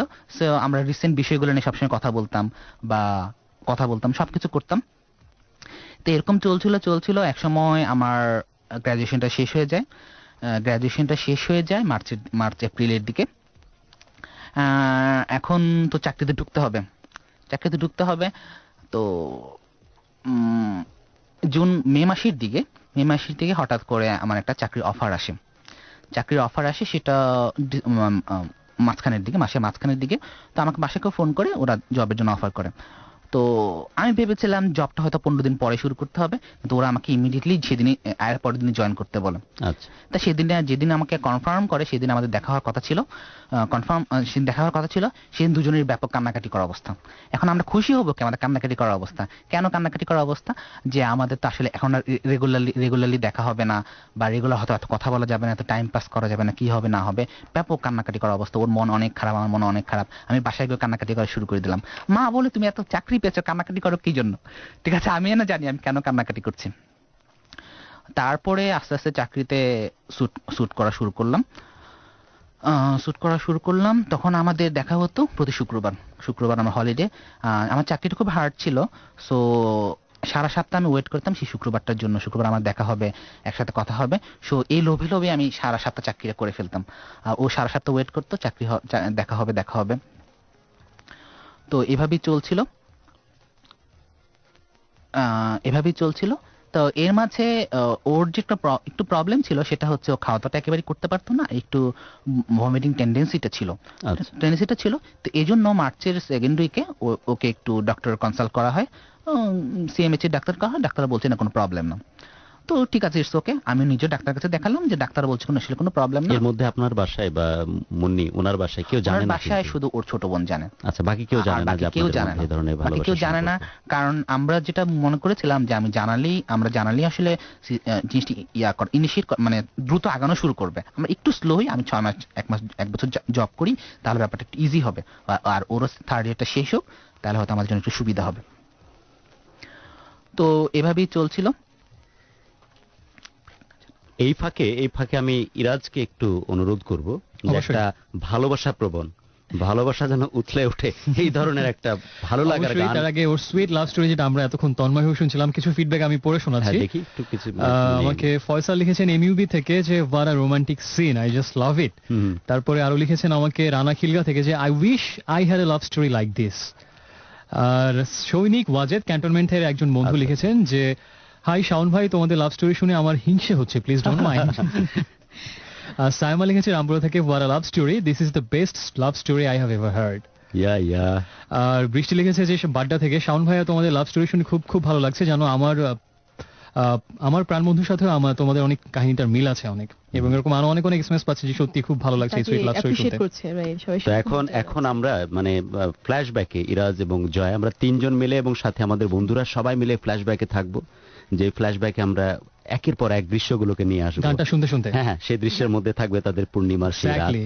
দৃশ্যের পূজা মধ্যে- দেখতে যাওয়া। দৃশ্যের মধ্যে থাকবে তাদের পূজা দেখতে যাওয়া, দৃশ্যের মধ্যে থাকবে সারা রাত ধরে তাদের ফোনে কথা বলা, তারপর সামান্যতম ক্লান্তি নেই, সকাল থেকে আবার তাদের ঘুরতে যাওয়া সেই সোনাগাঁয়ে, যেখানে যাওয়া বাট সেখানে কিন্তু সোনাগাঁয়ের ওই স্থাপত্য আবার না দেখা, শুধু তাদের নিজেদের মধ্যে ডুবে থাকা, এবং সেই ডিপ ব্লু শলটা যেটা তার ভালোবাসার মানুষকে দেয়া, যেটা অনেক আগেই তিনি নিয়ে এসেছিলেন নেপাল থেকে, যে স্পেশাল কাউকে দিবেন, এবং ফাইনালি তার ভালোবাসার মানুষ মানুষকে মুন্নিকে দিয়েছেন। পেয়ে সেই মানুষকে হাতে পরে তার গায়ে চড়িয়ে দিয়েছেন সেই শালটা। তো এই ভালো লাগা, অদ্ভুত ভালো লাগা, এক্সট্রিম ভালো লাগা, সেই ভালো লাগার মুহূর্তে আমরা অবগাহন করব, এবং সেই সাথে ব্যাকগ্রাউন্ড মিউজিক হিসাবে রাজ তুমি সবচেয়ে ভালো একটি মিউজিক আর এই মুহূর্তে আমার কাছে যেটা আছে সেটা প্লে করছি। আর আরেকটা দৃশ্য অ্যাড করতে হবে, সেটা বলো। হচ্ছে যে প্রথম দিনেরটা, ওই যে একটা রিকশায় করে গুলিস্তান থেকে যাচ্ছে। গুলিস্তান আমি জানি যে এটা হচ্ছে প্রচন্ড হিজি একটা জায়গা, অনেক অনেক গ্যাঞ্জামের জায়গা, কিন্তু হঠাৎ করে পেছনে মিউজিক, ব্যাকগ্রাউন্ড মিউজিক বাজতে লাগলো, দুইজন মানুষ ওরা দাঁড়িয়ে আছে, আর কেউ নাই। এবং So, গুরু অনেকগুলো এসএমএস ও আছে এই ধরনের, যে শাওন ভাইকে মানে লিখেছে যে শাওন ভাই গুলিস্তান কোথায় ছিলেন বলেন তো, আমরাও যাব। আমরা কি এখানে একটা মিনার তৈরি করব? তো যাই হোক, এই সব চুম্বকীয় অংশগুলো নিয়ে আমরা নিজেদের অবশ্যই স্মৃতির পাতায় বন্ধুরা ভাসবো। তাদের সেই সুয়েট লাস্টকে ডেডিকেট করে আমরা একটা গান শুনছি। আর তার আগে সবাইকে মনে করে দিচ্ছে যে এখন আপনারা চাইলে আমাদেরকে অনলাইনেও শুনতে পারবেন, এবং ঠিকানাটা হচ্ছে যেখানে লগ ইন করতে হবে www.radioamar.com। আর যারা আগামী পর্বগুলোতে আসতে চান আমার ভালোবাসার অতিথি হয়ে, তাদের এসএমএস করার নিয়মটা বলে দিচ্ছি। প্রথমে আপনার মোবাইলের মেসেজ অপশনে গিয়ে লিখুন RA, অর্থাৎ রেডিও আমারের সংক্ষিপ্ত রূপ, স্পেস দিয়ে আপনার নাম ঠিকানা, এবং তারপরে আপনার নাম ঠিকানা লেখার আগে অবশ্যই লাভগুরু কথাটা খুব ভালো করে লিখবেন, এবং তারপর আপনার নাম ঠিকানা বয়স পেশে সব লিখে পাঠিয়ে দিন 2323 এই নাম্বারটাতে। আর এখন চলে যাচ্ছি আমাদের আজকের অতিথি শাওনের সেই সুয়েট লাভ স্টোরিকে ডেডিকেট করে একটা গানে চলে যাবো, এবং একটু পরে বন্ধুরা আবারও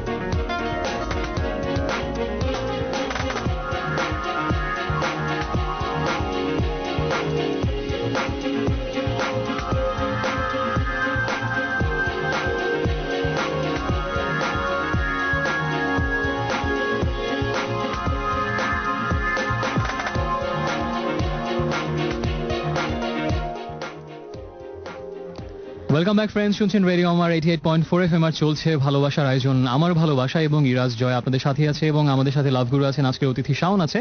আমরা তাদের গল্পে কিছুক্ষণের মধ্যেই ফিরে যাব। তবে তার আগে বলছি, আপনি কি রিসেন্টলি স্যামসাং ল্যাপটপ এক্সপেরিয়েন্স করেছেন? আমি কিন্তু করেছি, বুঝলেন না?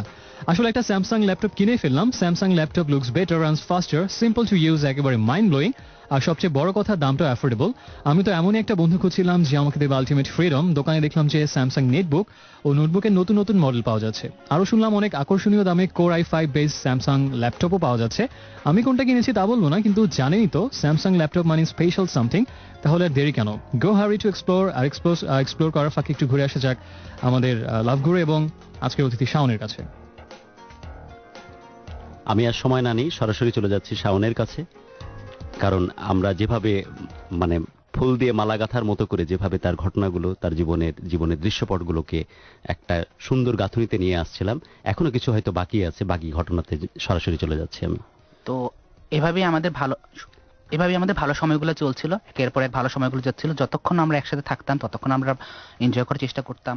আমাদের একসাথে নাটক দেখা হয়নি। কারণ কি? কারণ হচ্ছে ও আমার সাথে তাকিয়ে থাকতে পারবে না নাটকের সময়। নাটকের দিকে তাকিয়ে থাকতে হবে হচ্ছে স্ক্রিনের দিকে বা মঞ্চের দিকে। সো আমাদের একসাথে নাটক দেখা হয়নি, কখনো সিনেমা দেখা হয়নি। এছাড়া আমরা মজা যত করা সম্ভব, যতটুকু এনজয় করা সম্ভব ততটুকু এনজয় আমরা একসাথে করেছি। আমাদের একটা খুবই ভালো একটা শখ ছিল, সেটা হচ্ছে আমরা একসাথে বসে কবিতা পড়া এবং গান শোনা। মানে ওর অনেক প্রিয় প্রিয় গান ছিল বা ও কিছু গান শিখতো, সেই গানগুলো আমাকে মাঝে মাঝে শোনাতো। এর মাঝে একবার আমি সেন্ট মার্টিনে যাই। সেন্ট মার্টিনে আমার খুব প্রিয় একটা জায়গা, সেন্ট মার্টিনে যাই, কিন্তু একা যেতে হয়, ওকে তো নেওয়া সম্ভব ছিল না। কিন্তু আগের বার যেরকম আমি সেন্ট মার্টিনটাকে এনজয় করেছিলাম, এবার দেখলাম সেরকম করে এনজয় করতে পারছি সেন্ট না। মার্টিনে পূর্ণিমা ছিল? সেন্ট মার্টিনে পূর্ণিমা ছিল, আমি পূর্ণিমা ধরেই সেন্ট মার্টিনে গিয়েছি। আচ্ছা আচ্ছা। তো কিন্তু সেন্ট মার্টিন ভালোবাসার মানুষটি ছিল না। ভালোবাসার মানুষটা ছিল না, কোথাও একটা অপূর্ণতা ছিল। জাস্ট ইমাজিন, মানে এইভাবে কল্পনা করেন শাওন, যে সব ঠিক আছে, সেন্ট মার্টিন আছে, আর সাথে কেউ নাই, পূর্ণিমা, আপনি আর মুন্নি। Then? আমার মাথায় শুধু এটাই ঘুরছিল যে হয়তো বা আমি এই পূর্ণিমা তোকে নিয়ে আসবো, নেক্সট পূর্ণিমায় ওকে নিয়ে আসবো, বা কোনো এক সময় বিয়ের পর হয়তো ফার্স্ট আমাদের হানিমুনটা হয়তো এখানেই হবে।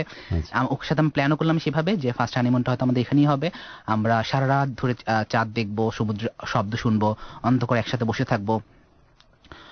সেন্ট মার্টিনে ফোনের নেটওয়ার্কের জন্য অনেক প্রবলেম হলো, কোনোভাবে কথা বলা যাচ্ছে না, সেই কোন ছাদের চিপায় গিয়ে কথা বলতে হবে, একটু গলার স্বরটা শোনা যায় কিনা, ও আমার জন্য ওয়েট করছে, আমি ওর জন্য ওয়েট করছি, বারবার নেটওয়ার্ক কেটে যাচ্ছে, এভাবেই চলছে। আর আমি তো জব করছি, তো আমরা দুজনে ওয়েট করতাম কখন হরতাল পড়বে। হরতাল পড়লে কি সুবিধা হবে, কারণ যেহেতু ওর বাসা কাছে, আমাদের কোনো রিক্সা ডিস্টেন্স নেই, হরতালে আমাদের দেখা হবে। তো লাকিলি আমরা যে মাসে চাকরি করি সেই মাসে ফার্স্ট আমাদের হরতাল পড়ে যায়। তো হরতাল পড়ে গেলে আবার দুজনেই খুশি, এক্সট্রা একটা ছুটি পাওয়া গেছে, শুক্রবার তো দেখা হবেই। সো হরতালও দেখা হলো, হরতাল আমরা একসাথে হরতালের সবাই ধ্বংসাত্মক দিকগুলোর কথাই জানে, হরতালের ভালো দিক এখানে আমরা জানছি আর কি। তারপর হরতালে একটা এক্সট্রা হলিডে পাওয়া গেল, হরতালে আমরা ঘুরছি। তো এইভাবে চলছে। আমাদের মেইন প্রবলেম যেটা দাঁড়ালো সেটা হচ্ছে ওর বাবাকে কিভাবে রাজি করানো যায়, মানে বাবার সামনে কিভাবে রিপ্রেজেন্ট করা যায়। আমাদের প্রবলেম বলতে শুধু এটাই ছিল। আমরা এটা নিয়ে প্রচুর প্ল্যান করতাম, একের পর এক প্ল্যান খালি করতেই থাকলাম। ওর বাবার অফিসে যাব, নাকি বাবার কাছে চিঠি পাঠাবো, নাকি বায়োডাটাই দিয়ে ওর বাবাকে বলবো বাবা আমি একে ভালোবাসি, আমি আর কিছুই চাই না। তো এরকম বিভিন্ন রকম প্ল্যান প্রোগ্রাম চলছে, এভাবেই হচ্ছে। তো আস্তে আস্তে ওর ওই প্রবলেমটা, যে শারীরিক যে প্রবলেমটা ছিল, ওইটা আস্তে আস্তে একটু ডেটোরিয়েট করলো। ওর খাওয়া দাওয়াটা একেবারেই কমে শারীরিক গেল। প্রবলেম বলতে আপনি বলছিলেন যে উনি শুকনা বেশি এবং তার বমির টেন্ডেন্সি আছে, আন্ডারওয়েটে ছিল, আর ভমিটিং টেন্ডেন্সিটা ছিল। আচ্ছা, আচ্ছা। তো এই প্রবলেমটা আস্তে আস্তে ডেটোরিয়েট করা শুরু করলো, ওর বমি টেন্ডেন্সিটা বাড়তে থাকলো। তো এর মাঝে সে কিছুদিন মার্চ মাসে কিছুদিন তো ছিলই হসপিটালে, সিএমএইচে ছিল, দেশের বেস্ট ডক্টররা সেখানে তাকে সার্ভ করেছে, কোনো রোগী তো ধরা পড়েনি। তো ঠিক আছে, চলে আসলো, আবার ভালো, সবকিছু ঠিক আছে। তো আমিও পার্সোনালি ডাক্তার দেখানোর চেষ্টা করলাম। ডাক্তারের কাছে আমরা কি হিসেবে যাব, ডাক্তার বেশি ধার্মিক ছিল। ডাক্তারের কাছে ডাক্তার তো আমাকে দেখেই বলছে আপনারা কি হন। আমরাও বললাম আমরা আসলে হাজবেন্ড ওয়াইফ। ডক্টর বলছে আপনাদের দিকে তো হাজবেন্ড ওয়াইফ মনে হচ্ছে না। বলছে যে আসলে আমাদের বিয়ে ঠিক হয়ে গেছে, দুই ফ্যামিলি রাজি আছে, আমাদের ডেট ফিক্সড হচ্ছে, ওর পরীক্ষাটা শেষে আমাদের বিয়ে হবে, জাস্ট একটু প্রবলেম গুলো আছে সেটা সলভ করা যায় কিনা। ডাক্তার খুব খুশি, আমাদের দোয়াটা করে দিচ্ছে। তো ডাক্তার কিছু ওষুধ টষুধ দিল, এই ওষুধগুলো কিছু কাজও দিল। তা আমরা দুজনেই হ্যাপি, কাজ করে যাচ্ছি, এগিয়ে যাচ্ছি। তারপরে যেটা হলো, এর মাঝে ওর বার্থডেটা গেল। বার্থডেটা ছিল হচ্ছে এপ্রিল মাসের দিকে বার্থডেতে গেল। বার্থডেতে আমি ওকে একটা মোবাইল গিফট করি। এই মোবাইলটা সে সপ্তাহখানিক ইউজ করার পরে তার ব্যাগের থেকে চুরি হয়ে যায়। তো ও আমার সাথে দেখা করার জন্য আসছিল, তো ব্যাগের থেকে চুরি হয়ে যায়। তো যখন সে বাস থেকে যখন নামে তখন দেখি সে কান্নাকাটি করছে, মোবাইলটা অনেক অনেক করে খুঁজছে। সেদিনই ওকে প্রথম আমি কাঁদতে দেখি, এই এই 6 মাস 1 বছরের মধ্যে। কারণ ওর মুখ থেকে কখনো হাসি মুছে যেত না। আরেকবার কেঁদেছিলেন আপনারা ফোনে দেখা করার জন্য? ফোনে কেঁদেছিলাম দেখা করার জন্য, দুজনে কান্নাকাটি করছে, দেখা করতেই হবে। আচ্ছা, আচ্ছা। আর সেবার ও কাঁদলে ভালো দেখা যায় না। সো ওকে বলার পরে ওর কান্না টানা থামিয়ে দিছে, যেহেতু আমার সামনে ভালো দেখা যাইতেই হবে। সো কান্না টানা থামিয়ে দিল। তো সে একবারই কাঁদতে দেখলাম। তো এভাবেই চলছে, খুব ভালো সময় যাচ্ছে, আমরা প্ল্যান প্রোগ্রাম যাচ্ছে। আমি আগে মনে হয় বলেছিলাম যে আমাদের 3 বছর থেকে 1 বছর এসছে। হ্যাঁ, হ্যাঁ, হ্যাঁ। সে 1 বছর থেকে এখন আমাদের কমতে কমতে 6 মাস চলে এসছে। 6 মাস চলে এসছে না, আসলে আমাদের এতদিন ওয়েট করা সম্ভব না, আমি 6 মাস পরে বিয়ে করে ফেলবো, যেভাবে হোক বিয়ে করবো। তো এরকম করে করে এখন তো আমার বাসায় তো জানাতে হবে। তো অগাস্টের মিডল অগাস্টে আমি একদিন বাসায় সাহস করে মাকে বলিয়ে ফেললাম। তো মা ব্যাপারটাতে ঠিক শকড ছিল না। মা বলেছিল হ্যাঁ আমি তো ভেবেছি তোমার কোনো বন্ধুর সাথে তুমি কথা বলো, কিন্তু প্রচুর সারাক্ষণ খালি কথাই বলতে দেখা যায়, এতদিন তো কখনো মোবাইল নিয়ে তো ঘোরাফেরা করতে দেখিনি, এখন দেখি সারাক্ষণ খালি মোবাইলে কানে ঘুরে, একটু পড়বে খালি ফোন আসে। তো আমি কিছু একটা আন্দাজ করেছিলাম, কিন্তু ভেবেছিলাম হয়তো বন্ধু টন্ধু হবে। তুমি যে এরকম করে ইনভলভ হয়ে গেছে এটা তো আমি বুঝতে পারিনি। তারপরে মাকে বললাম, মা খুবই অ্যাপ্রিসিয়েট করলো যে ঠিক আছে যদি ভালো মেয়ে হয় কোনো সমস্যা নেই, বিয়েতে কিন্তু দিতেই হবে, এমন তো না তোমাকে আমি বিয়ে দিব না, ঠিক আছে বিয়ে দিতেই হবে। ছবি টবি দেখানোর পর তো খুবই পছন্দ করলো, আর দেখতে খুবই সুন্দর ছিল, হাসি তো খুব সুন্দরই ছিল। তো খুব অ্যাপ্রিসিয়েট করলো। জাস্ট একটা রিলিফ হলো, আমার বাসায় আমি জানিয়ে ফেলছি। তা এখন ওর বাসায় তো তখনও সে জানায় নাই। সেটা জানানো হবে। তো এর মধ্যে ও আমাকে বললো আমার বায়োডাটা রেডি করতে, জাস্ট যদি কোনো সিচুয়েশন তৈরি হয় ওর বাসায় যেন জানাতে পারি।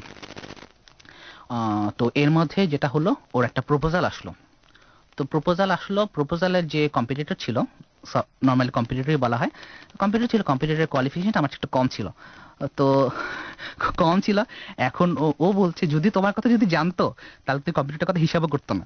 ঠিক আছে, কিন্তু আমি তো বলতে পারছি না। সো যদি কোনো প্রেশার কখনো দেয় তাহলে আমি বায়োডাটা রেডি করে রাখি, সাথে সাথে দিয়ে দিব। এর চাইতে বড় বড় সার্টিফিকেট আমার কাছে আছে। সার্টিফিকেট আমার হাতে আছে, আমার কাছে তো জমা পড়েছে আর আপনার better। তো জমা আছে। জমা পড়েছে। সো আপনার মেয়েকে আমি চাই, এটা হবেই। আর আমিও গিয়ে বলবো আপনি চান আর না চান আপনার মেয়েকে আমি নিচ্ছি।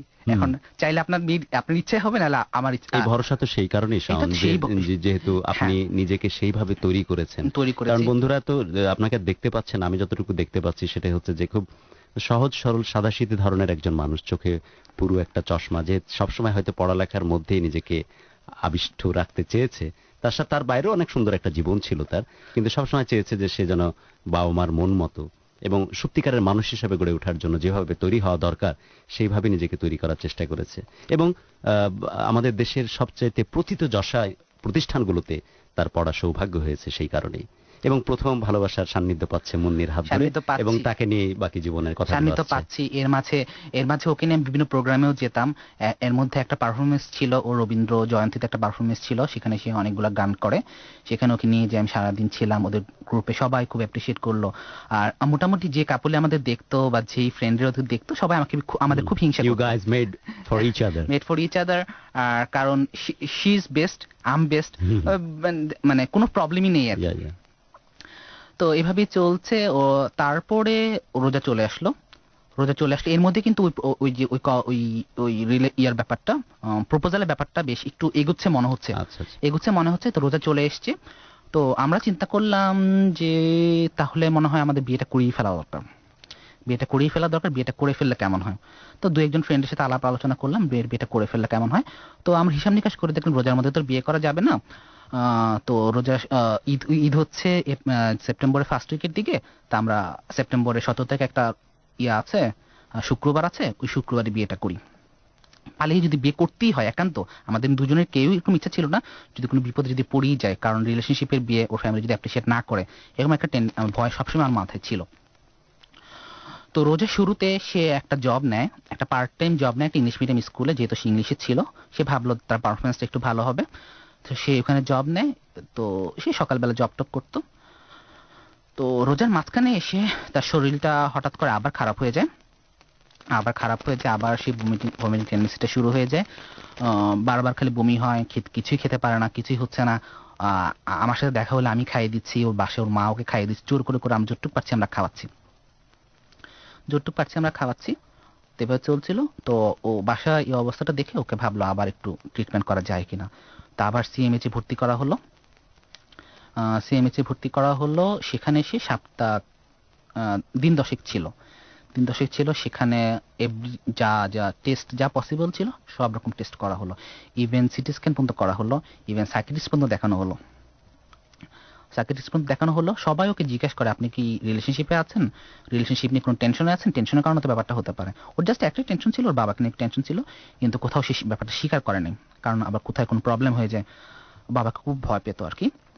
তো ওকে যখন সাইকিয়াট্রিস্ট যখন ট্রিটমেন্ট করলো, ওর বাবাকে দুজনকে ডেকে বললো খুব সম্ভবত আপনার মেয়ে একটা রিলেশনশিপ আছে এবং আপনারা কোনো ঝামেলা করেন না, এই ছেলের সাথে আপনাকে বিয়ে দিয়ে দেন। ঠিক আছে, এই খবরটা ও জানতো না, এই খবরটা আমি ওর বোনের মাধ্যমে জানতে পেরেছি। আচ্ছা, ছোট বোনের সাথে তো আপনার যোগাযোগ ছিল, যেহেতু যখন সে হসপিটাল ছিল তখন তোর বোনের কাছে মোবাইলটা ছিল, ওখানে আমি মেইনলি খবরটা পেতাম। ও যখন ফোন ম্যানেজ করতে পারতো তখন আমাকে ফোন দিত। আচ্ছা, তখন তো আমি আরো খুশি, যেহেতু ওর বাবা মা কি ডাক্তারের প্রেশার দিচ্ছে, আমার তো আসলে কিছুই করতে হবে না। তো ঠিক আছে, ভালো হচ্ছে। তো রোজার ঈদের সপ্তাহখানেক আগে ওকে রিলিজ দিয়ে দেয় যে আসলে কোনো প্রবলেম নেই, ফুড হ্যাবিটটা আস্তে আস্তে একটু চেঞ্জ করলে, আস্তে আস্তে খাওয়াটা বাড়ালেই ব্যাপারটা ঠিক হয়ে যাবে, কারণ ডাইজেস্টেশনে কোনো প্রবলেম নেই। আর আমার যে ডাক্তার ফ্রেন্ডরা যারা ছিল তাদের সাথে আমি কনসাল্ট করেছি, তারাও বলেছেন এটা কোনো আসলে কোনো প্রবলেম নেই, কোনো প্রবলেম হয় না, সো এটা কোনো চিন্তা কোনো কারণ নেই, আস্তে আস্তে ঠিক হয়ে যাবে। হয়তো কিছু টেনশন করে, ও আসলে একটু টেনশন করতে বেশি, আমার রিলেশনশিপটা একটু টেনশনই ছিল, সে ফ্যামিলিতে কিভাবে অ্যাপ্রিশিয়েট করবে, আর পড়াশোনার খুব টেনশন ছিল। খুব ভালো রেজাল্ট করেছিল সে সেকেন্ড ইয়ারে, ফার্স্ট ইয়ারে সে সারা কলেজে সেকেন্ড হয়, ইন্টারমিডিয়েটে সে খুব মানে সারা কলেজে ফার্স্ট সেকেন্ডের মধ্যেই ছিল। তো পড়াশোনা নিয়ে খুব সিরিয়াস ছিল আর রিলেশনশিপটা নিয়ে খুব সিরিয়াস ছিল। তো এক সপ্তাহ রিলিজ দেয়, তখন সে খুবই দুর্বল। এখন আমাদের প্রায় 15-20 দিন ধরে দেখা হচ্ছে না, আমার তো কান্নাকাটি করার অবস্থা, কিভাবে দেখা হবে, জাস্ট ঈদে 3-4 দিন আগে আমরা একটু বের হলাম, আমি, ওর এক ফ্রেন্ড মৌসুমী আর ওর ছোট বোন নিয়ে বের হলাম। কেন? ও বাসা থেকে বলে বেরোলো কিছু মার্কেটিং করবে। তো সন্ধ্যার সময় বাসা থেকে বের হয়ে গেলাম, মার্কেটিং করলাম একসাথে। সেই দিনটা খুব ভালো কেটেছে আমাদের, মার্কেটিং করলাম, অনেক মজা টজা করলাম, কিন্তু দেখি বুঝতে পারছিলাম খুব দুর্বল সে, খুব দুর্বল।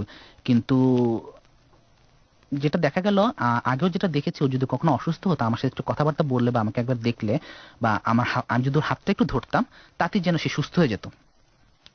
তো সেদিনও আমি এটা করলাম যে ভালো করে বুঝালাম টুঝালাম, দেখো আমি আছি, কোনো সমস্যা নেই, কোনো টেনশন, কোনো কারণে, সবকিছু তো ঠিকই আছে। তো সে একটু সুস্থ হয়ে গেল, অনেকটা সুস্থ হয়ে গেল। তারপরে ওই দিন তো দেখা হলো, এরপর দিনও দেখা হলো আমার স্যান্ডেল কেনার জন্য, যে স্যান্ডেলটা আমি পরে আজকে এসেছি। তো দেখা হয়ে গেল, আর আমার জন্য একটা পাঞ্জাবি কিনে দিল, যে পাঞ্জাবিটা আমি এখন পরে আছি, লাল রঙের একটা পাঞ্জাবি। এই লাল রঙের পাঞ্জাবিটা কেনার কারণ ছিল, আমার কোনো লাল রঙের পাঞ্জাবি ছিল না। তো আমরা যেহেতু প্রচুর প্রোগ্রামে যেতে হয়, আমাদের একসাথে প্রচুর প্রোগ্রাম যেতে হয়, কখনো কোনো বৈশাখে, কোনো ভ্যালেন্টাইন্স ডেতে কোনো প্রোগ্রামে, সো লাল রঙের প্রোগ্রামতে লাল রঙের পাঞ্জাবি। এটা মুন্নির দেয়া পাঞ্জাবি? হ্যাঁ, এটা মুন্নির দেয়া পাঞ্জাবি।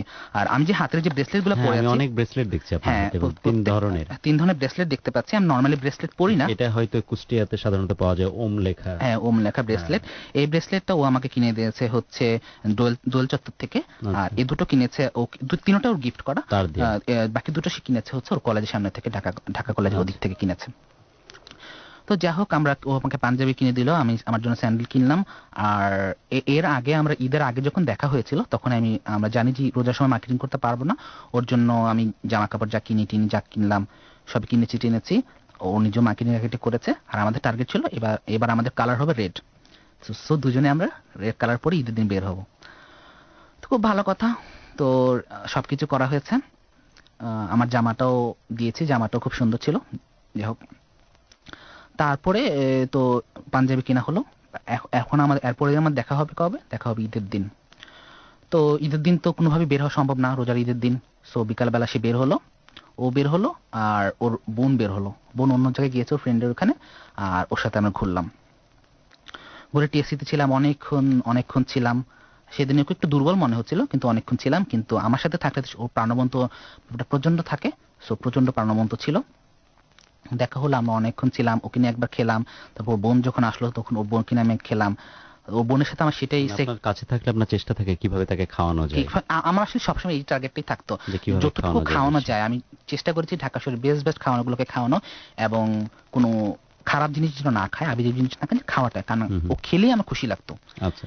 খেলে খুশি লাগতো। আমি ওকে চাইনিজ একবার নিয়ে গিয়েছিলাম, সে চাইনিজ সে খেতে পারে নাই। এটার যে কষ্ট, সে যে কতটুকু কষ্ট পেয়েছে আমার সামনে, সে চাইনিজ খেতে পারছে না, মানে তার দুঃখটা আর কোনো লিমিট ছিল না, মানে এতটাই ভালোবাসতো, এটা আসলে কোনো লিমিট নেই। যাই হোক, তারপরে তো ঈদের দিন দেখা হলো, তা আমরা অনেক রাত করে ফিরলাম, আমি, ওর বোন আর আমরা ফিরলাম। সেটা ছিল মনে হয় সেপ্টেম্বরের 12 বা 13 তারিখের দিকে ঈদটা হয়েছে। তো তারপরে উইকে 7:30 আমার আবার অফিস খুলে গিয়েছে। তো অফিসে যাচ্ছি, আর আমাদের নেক্সট টার্গেট আমাদের শুক্রবার দেখা হবে, সেটা সে বিখ্যাত 17 সেপ্টেম্বর দেখা হবে। দেখা করতেই হবে। আমাদের বিয়ের প্রোগ্রামটা ক্যান্সেল হয়ে গেছে, কারণ যেহেতু অসুস্থ এই অবস্থা, আমরা বিয়েটা আপাতত প্ল্যান করলাম না। তো দেখা হবে, চলছে, সারা সপ্তাহে দেখা সাক্ষাৎ হচ্ছে। এর মধ্যে বোনের সাথে আমার বেশি ইন্টিমেসি হয়েছে, আমাকে ব্যাপকভাবে দুলাভাই ডাকছে, আমি ব্যাপক মজা টজা করছি। যাই হোক, কি হবে না হবে, কিভাবে সে আমার সাথে মজা করবে, এইসব কথাবার্তা হচ্ছিল। তো সারা সপ্তাহ চললো আমাদের, দুজনই খুবই ওয়েট করছিলাম নেক্সট শুক্রবার আসবে, আবার দেখা হবে। কারণ শুক্রবার ছাড়া ওকে দেখা করতে দিবেই না, বাড়িতে বেরোতে দিবে না, জাস্ট গানের ক্লাস সে তো হয়তো দেখা করতে দিতে পারে। তারপর 17 আগস্টে আমি অফিসে গেলাম। 17 সেপ্টেম্বর আমি অফিসে গেলাম। অফিস থেকে আমাকে জানানো হলো যে আমাকে সেদিন রাতে থাকতে হবে অফিসে, আমার প্রোডাকশনের কারণে। আমাদের দুজনের মাথায় আকাশ ভেঙে পড়লো, ঠিক আছে, দুজনের কান্নাকাটি করার অবস্থা। কান্নাকাটি করার অবস্থা, কিভাবে দেখা হবে, ও আমাকে বুঝাচ্ছে, আমি ওকে বুঝাচ্ছি কি করা যায় না করা যায়। নর্মালি যেটা ছিল আমাদের সিস্টেম, আমরা দুজনে একসাথে কখনো সফট হতাম না, একজন সফট হয়ে গেলে একজন হার্ড হতাম, মানে কন্ট্রোল দেওয়ার জন্য, যাতে কোনো পাগলামি যেন না করে ফেলি। তো সেদিন আমরা দুজনেই আসলে অস্থির হয়ে গেলাম কিভাবে দেখা করা যায়। তো লাইফে মিরাকল ঘটে, আমি মিরাকল ঘটালাম। আমি শিপইয়ার্ডে চাকরি করতাম, সারা শিপইয়ার্ডে কারেন্ট ফল করলো। ঠিক আছে, কারেন্ট ফল করলো মানে আমাকে থাকতে হবে না, প্রোডাকশন পুরো বন্ধ। আপনি মিরাকল ঘটালেন বলতে কারেন্ট ফল করানোর কারণ তো আপনি না।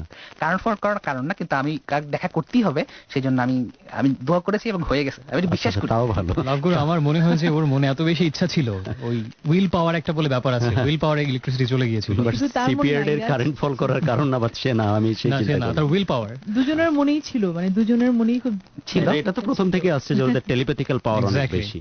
তারপর তো ঠিক আছে, তো আমার সাথে দুপুরবেলা কথা হলো, তখন কারেন্ট ফল করেনি। তো দুপুরবেলা কথা হলো যে ওর শরীরটা ঠিক ভালো লাগছে না, ঠিক খাওয়া দাওয়া করতে পারছে না, ও একটু ঘুমাবে। তো তখন পর্যন্ত আমি শিওর যে আমাদের দেখা হচ্ছে না, আমরা দুজনেই কান্নাকাটি করে রেখে দিলাম। লাস্ট আমাকে বললো, আই লাভ ইউ শাওন, তুমি চিন্তা করো না, অবশ্যই আমাদের দেখা হবে।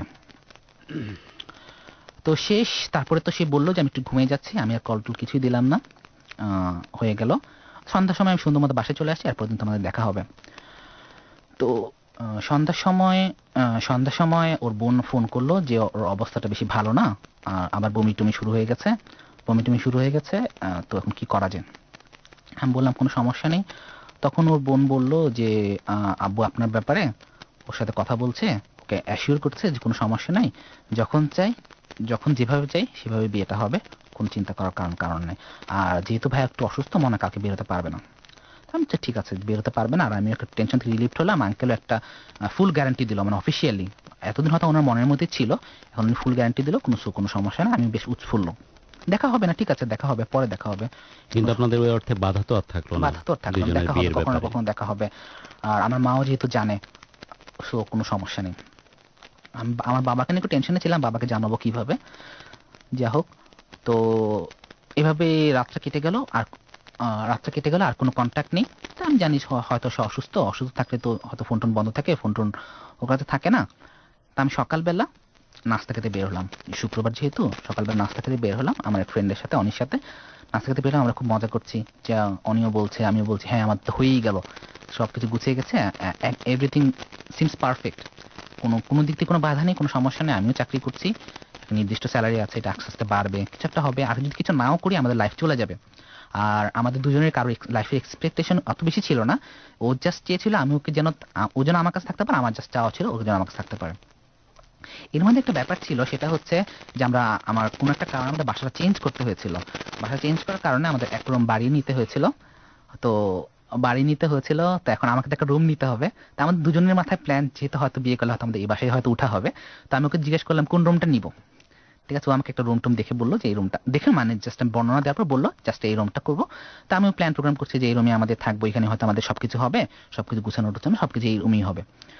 তারপর সকালবেলা নাস্তা খেতে গিয়েছি, নাস্তা খেয়ে ফিরছি এমন সময়, হেঁটে হেঁটে ফিরছি এমন সময় হঠাৎ করে ছোট বোন ফোন করলো, ভাইয়া, মুন্নি আপু তো আজকে সকালে 7:30টার সময় মারা গেছেন।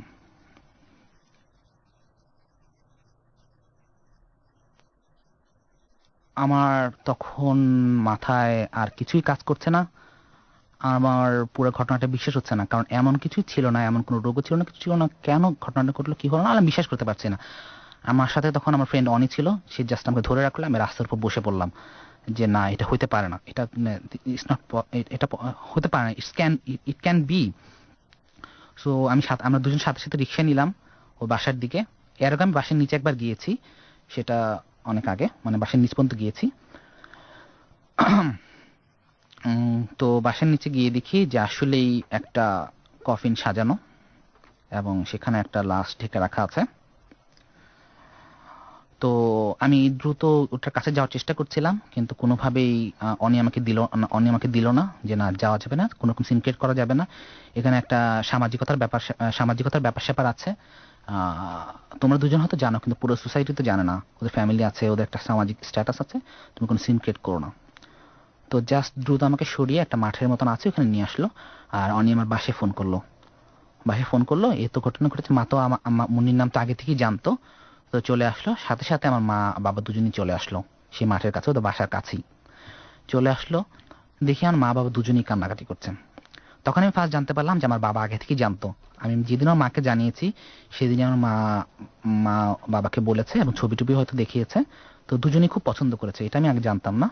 যাই হোক, আমার বাবার সে কি কান্না আর মার সে কি কান্না, কারণ আমার নিজের কোনো বোন নেই। সো মা আমার মুন্নিকে তার নিজের মেয়ের মতনই মনে করেছে এবং মেয়ের মতন আদর করার চিন্তা ভাবনা করছিল যে এত সুন্দর সুইট একটা মেয়ে, এত ভালো একটা মেয়ে পাচ্ছে। So we are lucky. তো এভাবেই চলছে। আমি তো কোনোভাবেই মাথা মানছি না যে আমাকে দেখতে হবে, লাস্ট একবার দেখতে হবে। কিন্তু মা বাবা আর কেউ আমাকে দেখতে দিল না, বলছে যে চলো বাসায় চলো, জানাজা হবে কিছুক্ষণ পরে, তখন তোমাকে আমরা দেখানোর ব্যবস্থা করব। তো অনেকক্ষণ ছিলাম, কান্নাকাটি করলাম, অনেকক্ষণ ছিলাম। মানে আসলে আমি কি ঠিক কাঁদবো নাকি বসেই থাকবো, নাকি এটা কি একটা আসলে দুঃস্বপ্ন, নাকি আমি আসলে কিছুই বুঝতে পারছিলাম না। তারপর দ্রুত আমি বাসায় চলে আসলাম। সেই সময় আমার সাথে আমার বন্ধু অনি ছিল, বন্ধু সেতু ছিল। ওরা সর্বক্ষণ একজনের পর একজন সঙ্গ দিয়ে গেল। সেদিন তো শুক্রবার, 17 সেপ্টেম্বর শুক্রবার। এই কিন্তু সেই 17 সেপ্টেম্বর যেদিন আমাদের বিয়ে করার কথা ছিল। তখন চলে আসলো। তারপরে ফ্রেশ ট্রেশ হলাম, খাওয়া দাওয়া তো প্রশ্নই আসে না, মুখ টুক ধুয়েটে অজু টুজু করে গেলাম জানাজা পড়তে ওদের মসজিদে, ওখানে বাসাবো ওখানে মসজিদে জানাজা পড়তে গেলাম। তো জানাজার পরে সেই মাঠে জানাজা হলো। জাস্ট আমার দুই পাশে আমার বাবাও সাথে গিয়েছে। তো আমাকে জাস্ট ওরা খেয়াল রাখছিলাম যে কোনো সিন ক্রিয়েট না করি। তো আমি আর কোনো সিন ক্রিয়েট করিনি, দূরে থেকে দেখেছি। আর ওরা আমাকে বারবার বোঝাচ্ছিল আসলে দেখাটা ঠিক হবে না। আর আমার মা আমাকে যে জিনিসটা বারবার বুঝালো সেটা হচ্ছে, আমি যদি আমার মধ্যে ওর একটা ভালো স্মৃতি আছে, ভালো চেহারাই আছে, ওই স্মৃতিটা আমার মাথায় থাকুক, আর এই মৃতদেহটা যেন আমার স্মৃতিতে কখনো না ঢুকে। আমার স্মৃতিতে থাকবে একজন জীবন্ত প্রাণবন্ত মানুষ। যাই হোক, আমি জানাজা পড়লাম। আমার জীবনে কল্পনার মধ্যে ছিল না যে আমার প্রিয় মানুষের জানাজা পড়তে হবে। এর আগে আমি প্রচুর জানাজা পড়েছি, কিন্তু কোনো মৃত্যুই আমাকে স্পর্শ করেনি, মানে স্পর্শ করেনি হয়তো, অনেক যা মারা যাবে যাচ্ছে। জানাজা পড়লাম। এরপরে দেখি লাশটাকে ওরা ইয়াকে তুলছে, ট্রাকে তুলতেছে। তো ওদের বাড়ি চাঁদপুর, আমি ভাবলাম হয়তো চাঁদপুরই নিয়ে যাবে। তাহলে কি আমি আর কখনো দেখবো না? আমার থেকে কি এতই দূরে সরে যাচ্ছে? তো তারপরে আমি মা বাবাকে এগিয়ে গিয়ে জিজ্ঞেস করলো যে লাশটা আসলে কোথায় যাচ্ছে। তখন বলা হলো যে লাশটা শাহজাহানপুর কবরস্থানে কবর দেওয়া হচ্ছে। আমার বাসা কিন্তু শাহজাহানপুরে। মানে সে বিয়ে হয়ে আমার এলাকায় আসার কথা ছিল, সে মৃতদেহ হয়ে আমার এলাকায় আসলো। তারপরে আমরা সাথে সাথে গেলাম, সাথে সাথে গিয়ে কবরস্থানে গেলাম। কিন্তু আমাকে তখন দূরে দাঁড়িয়ে থাকতে হচ্ছে, কারণ তার সাথে আমার কোনো সোশ্যাল কোনো রিলেশনশিপের কোনো ব্যাখ্যা নেই। আজকে যদি সে আমার বিবাহিত বউ হতো, তাহলে হয়তো আমি নিজে তাকে কবর করে নামাতে পারতাম, বা নিজে তাকে দেখতে পারতাম, বা নিজে হয়তো বা একটা রেসপন্সিবিলিটি রাখতে পারতাম। কিন্তু আমার দূরের থেকে পুরো ব্যাপারটা দেখতে হলো, কিছুই করার ছিল না। তখন আমার বেশি বন্ধু জানে না, আস্তে আস্তে জানতেছে সবাই। তারপর বাসায় চলে আসলাম। আমার দুই বন্ধুর মধ্যে দুজনে কেউ না কেউ সর্বক্ষণ আমার সাথে ছিল। তারপরে বিকালবেলা আবার কবরস্থানে গেলাম, আমরা তিনজন বন্ধু মিলে কবরস্থানে গেলাম। তো ছিলাম, অনেকক্ষণ ছিলাম, তারপর চলে আসলাম। তখন আমার মাথাটা পুরো এলোমেলো হয়ে গেল, কারণ লাইফের আনসার্টেনিটিটা আমার মাথায় ভর করলো। আসলে কি আমি কেন করছি? আমি কোনো পাপ করিনি। আমি সর্বক্ষণ আমরা রেগুলার নামাজ পড়তাম। মনে করেন যে আগে যখন রিলেশনশিপের আগে যখন ছিল তখন হয়তো নামাজ একটু ইরেগুলার ছিলাম, কিন্তু রিলেশনশিপ শুরু হওয়ার পর থেকে আমরা রেগুলার নামাজ পড়া শুরু করে দিই, কারণ আমাদের করতেই হবে। যত যাই বলেন যে একটা রিলেশনশিপ মানে কিছুটার মধ্যে তো ধর্মের এগেইনস্ট কিছুটা আছে। সো এটা যেন আল্লাহ যেন মাফ করে দেয়, সবসময় আমাদের এই প্রার্থনা ছিল। তো আমি ওকে সবসময় ফজর নামাজের দিকে তুলতাম, সে নামাজ পড়তো, আমিও নামাজ পড়তাম। তো কেন এটা হলো? তার মানে কি কোনো কিছু তো আমার হাতে নেই। আমি তো পারফেক্ট প্ল্যান করেছি, প্ল্যানের মধ্যে কোনো লুপ হোল ছিল না, কোনো গ্যাপ ছিল না, কোনো প্ল্যান ছিল না। আমি ঠিক টাইমে পাস করেছি, ঠিক টাইমে চাকরি পেয়েছি, চাকরি করছি, একসময় বিয়ে করব। আর আমাদের হাতে একটা প্ল্যান ছিল, যদি এটা দুই ফ্যামিলি জানে না, আমরা দুজন চেষ্টা করবো 25 ডিসেম্বর যেন আমাদের বিয়েটা হয়, এমনি অফিসিয়ালি আর কি হয়। কারণ হচ্ছে যে 25 ডিসেম্বর একটা সরকারি হলিডে, সারা বিশ্বে হলিডে থাকবে, বিশ্বের যে প্রান্তে আমরা যাই হলিডে থাকবে। যাই হোক, এটা তো হলো না। তো এভাবেই চলছে। সন্ধ্যার সময় আমার বোন ক্লাসমেট সজীব চলে আসলো, সেই উত্তরা থেকে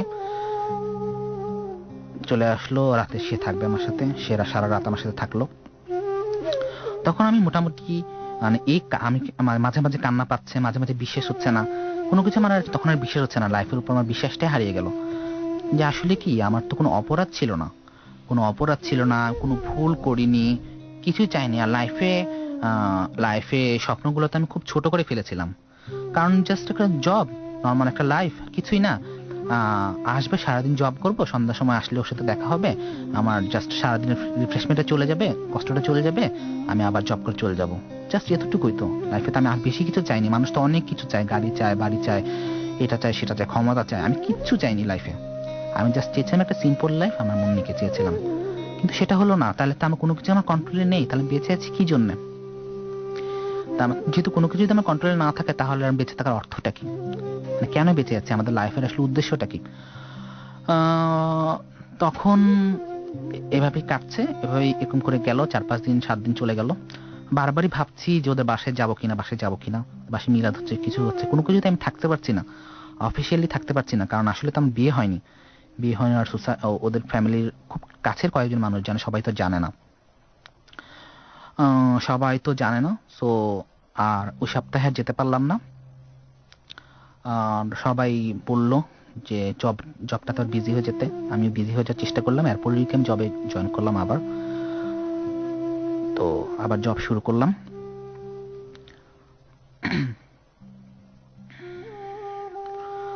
তো তারপরে এভাবে এরপরে যখন আবার শুক্রবার যখন আসলো, তখন আমি আবার অসুস্থ হয়ে পড়লাম।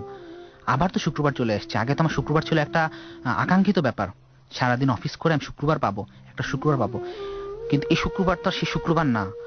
আমি আমার সময়গুলো সব আমার মোবাইলে এখন আর বেজে ওঠে না। আমার এটা ছিল আমার ফার্স্ট নাম্বার, এই নাম্বারে আমার এখন আর ফোন করতে হয় না, ফোনের গলাটা আমি আর শুনতে পাই না।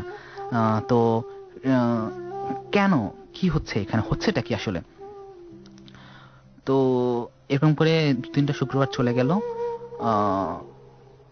প্রতি শুক্রবার আমি অসুস্থ হয়ে পড়ি। আর রেগুলার তো সপ্তাহে 3 দিন 4 দিন 5 দিন করে আমি কবরস্থান যেতাম। আমার বাসা থেকে মাত্র 5 মিনিটের রাস্তা। তো রেগুলার কবরস্থান যেতাম। আর সাধারণত জুমার নামাজ পড়ে আমি কবরস্থানে যেতাম। তো এরকম এক শুক্রবারে 2 সপ্তাহ 3 সপ্তাহ পরে কবরস্থানে আমি দোয়া দুরূদ পড়ছি, সেরকম সময় ওর বাবা ছোট ভাইকে নিয়ে এসছে। লাইফের ট্র্যাজেডিটা দেখেন গুরু, আমার এই লোকটার সাথে দেখা হওয়ার প্ল্যান ছিল হচ্ছে কোনো একটা ভালো ওকেশনে। ওনার সাথে আমার ফার্স্ট অফিসিয়ালি দেখা হলো ওর কবরের সামনে। আমরা দুজনেই দোয়া করছি, দুজনেই একই উদ্দেশ্যে দোয়া করছি, একই উদ্দেশ্যে কান্নাকাটি করছি, একই উদ্দেশ্যে করছি। এর কি মানে হয়, এর মানেটা কি, আমি আসলে কি চাচ্ছি? এভাবে প্রতি শুক্রবারই মোটামুটি ওর বাবার সাথে আমার দেখা হয়, এখনো হয়। আর আমি সপ্তাহে মোটামুটি 2-3 বার যাই। আচ্ছা, তারপর মাসখানেক পরে যখন সবকিছু একটু হয়ে গেল, ওদের বাসার লোকজন একটু খালি হয়ে গেল, তখন আমি আমার মাকে ওদের বাসায় গেলাম। জি বন্ধুরা, আসলে এত আকস্মিকভাবে একটা ইনফরমেশন আমাদের কাছে মানে আসলো হঠাৎ করেই, মানে আমরা এমন একটা মুহূর্তে ছিলাম, হঠাৎ করেই শোনা যে না, সকাল 7টার সময় তাকে ফোনে পেতে হলো এই ধরনের খবর। এবং যে বন্ধু তার জীবনের কথা বলছে, তার কথা বলার মধ্যেও সে অসংলগ্নতাগুলো চলে আসছে। যে টোনটার জন্য সে সবসময় বুভুক্ষের মতো অপেক্ষা করে থাকতো, আমাদের কাছে একটা রেকর্ডেড স্পিচ আছে যেখানে আমার এই বন্ধুকে তারা ঘুমাতে যাওয়ার আগে সেই বন্ধু তার কণ্ঠ শুনতো। তো আমি রেকর্ডেড স্পিচটা এই ফাঁকে একটু শুনে নিব, বাট রেকর্ডেড স্পিচ শোনার আগে আমি ইরাজকে অনুরোধ করব যে বন্ধুরা অনেক মেসেজ পাঠাচ্ছে, বার্তা পাঠাচ্ছে আমাদেরকে, ওখান থেকে 2-1টি বার্তা যদি এই ফাঁকে পড়ে নেওয়া হয়, তারপর আমরা ফিরে যাব সেই রেকর্ডেড স্পিচে। আমি কয়েকটা মেসেজ পড়ছি যে বন্ধুরা আমাদেরকে পাঠিয়েছেন। সুমাইয়া লিখেছেন যে স্টোরি শুরুটা শুনে যতটা ভালো লেগেছিল, লাস্ট পার্টটা শুনে ততটাই কাঁদছি। প্লিজ ভাই, আল্লাহর উপর ভরসা রাখুন। আমি লিখেছি ইউপি থেকে যে শাওন ভাইয়া, hats off to you and your love. আমার বুক ভার হয়ে গেছে। সো তোমার অবস্থা বুঝতে পারছি এবং আল্লাহ তোমাকে ওভারকাম করার শক্তি দিক। রাহিনা লিখেছেন ঢাকা ইউনিভার্সিটি থেকে যে আমি বিশ্বাস করতে পারছি না, সত্যি আমি বিশ্বাস করতে পারছি না। শাওন ভাইয়া, তোমাকে সান্ত্বনা দেওয়ার ভাষা আমাদের জানা নেই। We pray for her. আর জানিয়েছেন এরপরে আমাকে প্রান্ত জগন্নাথ ইউনিভার্সিটি থেকে যে শাওন ভাই, আপনার ভালোবাসা আমাদের নতুন জীবন দিল। আজ মনে হচ্ছে পৃথিবীতে ভালোবাসা সত্যি আছে এবং আমাদের জন্য দোয়া করবেন যেন আমরা এরকম একটা মহান ভালোবাসার সন্ধান পাই। মনি জানিয়েছেন যে শাওন ভাই, তুমি খুব লাকি যে তোমার লাইফে আরো রোমান্টিক এরকম একটা লাভ স্টোরি আছে। সো আমি কিছু এসএমএস পড়লাম এবং জয়া, তুমি say something, I just lost my speech. আসলে যেটা হয়েছিল যে প্রথম থেকে যখন শুনছিলাম তখন অনেক বেশি নিজেকে ঈর্ষান্বিত হচ্ছিলাম এবং অনেকেই লিখছিল, বিশেষ করে জুই, রাধিকা, ওরা বিভিন্ন জায়গা থেকে লিখছিল যে এরকম একজন কেয়ার নেয়ার মতো পুরুষ মানুষ আমরা আমাদের লাইফে খুব কম দেখেছি। ওয়েল, সো বন্ধুরা, আমরা এখন যেটা শুনবো, আমরা যেটা শুনতে যাচ্ছি সেটা হচ্ছে যে মানুষটার কথা শাওন ভাই আজকে বললেন, সে মুন্নির কথা। মুন্নি একটা ভয়েস ক্লিপিংস ওকে উপহার দিয়েছিলেন, ও নিজের কণ্ঠে রেকর্ড করা কিছু কথা, যেটা শুনে ঘুম থেকে উঠতো এবং যখন মন খারাপ হতো শাওনের, তখন সেই কথাগুলো শুনলে বা ওর কথা মনে পড়লে সেই কথাগুলো শুনতো। এটা রেকর্ড করে রেখে দিয়েছিল। আমরা সেই রেকর্ড ক্লিপিংসটা এখন শুনছি।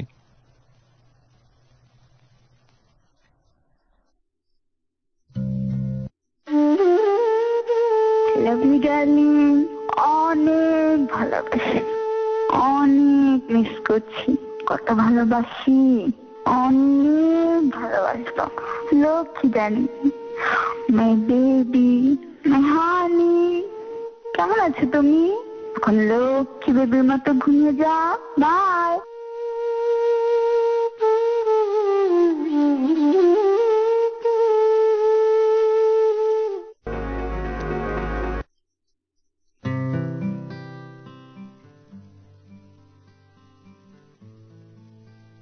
বন্ধুরা, ফিরে এলাম আমরা আবারও রেডিও আমার 88.4 FM এর আমার ভালোবাসা, এবং আমরা এখন সরাসরি চলে যাচ্ছি লাভগুরু এবং আজকের অতিথির কাছে। বন্ধুরা, আমি আর সময় নিব না। এই ফাঁকে আমরা শুনে নিচ্ছি যে কথাগুলো, যে টোনকে ঘিরে তার জীবন চলা ছিল। অনেক দিন ফোনে যে কণ্ঠটা প্রায়শই শুনতেন আমাদের বন্ধু শাওন, আমাদের হাতে এখন আছে তার সেই মুন্নির রেকর্ডেড একটি স্পিচ। মুন্নি এখন পৃথিবীতে নাই, কিন্তু মুন্নি এখনো তার সমস্ত পৃথিবীকে আবিষ্ট করে রেখেছে, তার নাম হচ্ছে শাওন। তো আমরা একটু সেই রেকর্ডেড স্পিচটা একটু শুনে নিই। এবং শাওন এই রেকর্ডেড স্পিচটা শুনেই হয়তো ঘুমাতে যেতেন, এবং অনেক সময় হয়তো এটা অ্যালার্মের মতো বাজিয়ে রাখতেন। আমি এটা এখনো শুনতে শুনতে ঘুমিয়ে যাই এখনো। লাভলি ডার্লিং, অনেক ভালোবাসি, অনেক মিস করছি, কত ভালোবাসি, অনেক ভালোবাসতাম, লক্ষ্মী জানি, মাই বেবি, মাই হানি। কেমন আছো তুমি? এখন লক্ষ্মী বেবির মতো ঘুমিয়ে যা। বাই।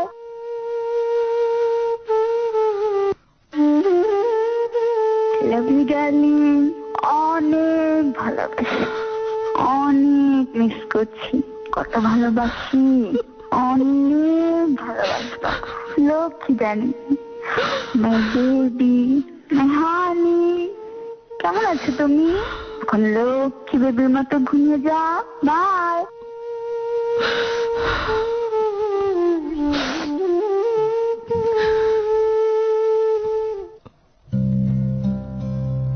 আমরা কয়েক দফায় এই স্পিচটা রিলে করার পিছনে একটা কারণ, সেটা হচ্ছে শাওনের অনুরোধ যে আমার সবচেয়ে ভালো লাগার কণ্ঠটা যদি আমি আরেকবার শুনতে পারতাম।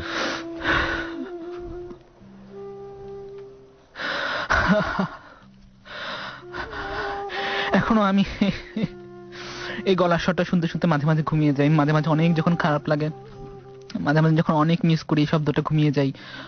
এখনো মনে হয় হয়তো আমি ঘুম থেকে উঠে দেখবো এই দুঃস্বপ্ন কেটে গেছে, আমি হয়তো আবার বেঁচে আছি, আবার হয়তো দেখা হবে, আবার হয়তো শুক্রবার আসবে, আবার দেখা হবে। কিন্তু সেই শুক্রবার আমার আর আসে না, শুক্রবার আমার আর আসে না, উনিও আর আসে না। আমি রেগুলার ওর কবরস্থানে যাই। আগে মুন্নি কথা বলতে আমি শুনতাম, এখন আমি কথা বলি, ও মনোযোগ দিয়ে শুনে। প্রতি মুহূর্তে মনে হয় যেমন আমার পাশেই আছে। আজকে যখন আমি অনুষ্ঠানে এসেছি, তার বিকালবেলা আমি ওর সাথে দেখা করে এসেছি, তখন আমি ওকে জিজ্ঞেস করলাম যে আসলে আমি কোনটা পরে যাব, তোমার শার্টটা পরে আসবো না তোমার লাল পাঞ্জাবিটা পরে যাব। ঠিক আছে, তখন আমি বুঝলাম যে ও আসলে বলছে লাল পাঞ্জাবিটা পরে যাও। এই পাঞ্জাবিটা আমি একবারই পরেছিলাম, সেটা হচ্ছে ওর সাথে দেখা হওয়ার পরে। মানে ফার্স্ট দেখা, যে রোজার ঈদে ফার্স্ট দেখা হলো, মানে লাস্ট দেখা হলো সেদিনই পরেছি। আর আজকে পরেছি, এর মাঝে পাঞ্জাবিটা ধোয়া হয়নি। এই পাঞ্জাবিতে ওর স্পর্শ, প্রতিটাতে ওর স্পর্শ আছে, ওর গায়ের গন্ধ হয়তো আছে, মানে আমি এটা অনুভব করি আর কি।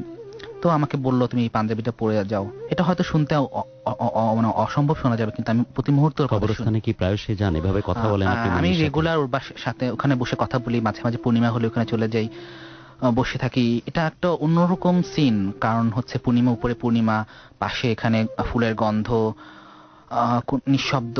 আমি আর ও বসে বসে গল্প করছি। আমি ঠিক বসে না, আমি বসে আছি, ও শুয়ে আছে, আমার গল্প শুনছে। সবার খবরগুলো আমি দিচ্ছি, ওর বাসার খবরগুলো আমি দিচ্ছি, আমার বাসার খবরগুলোকে দিচ্ছি। ও মনোযোগ দিয়ে শুনছে। কখনো যখন শুনি যে ওর বাবা এক উইকে আসেনি, আমি তো কখনো মিস করি না।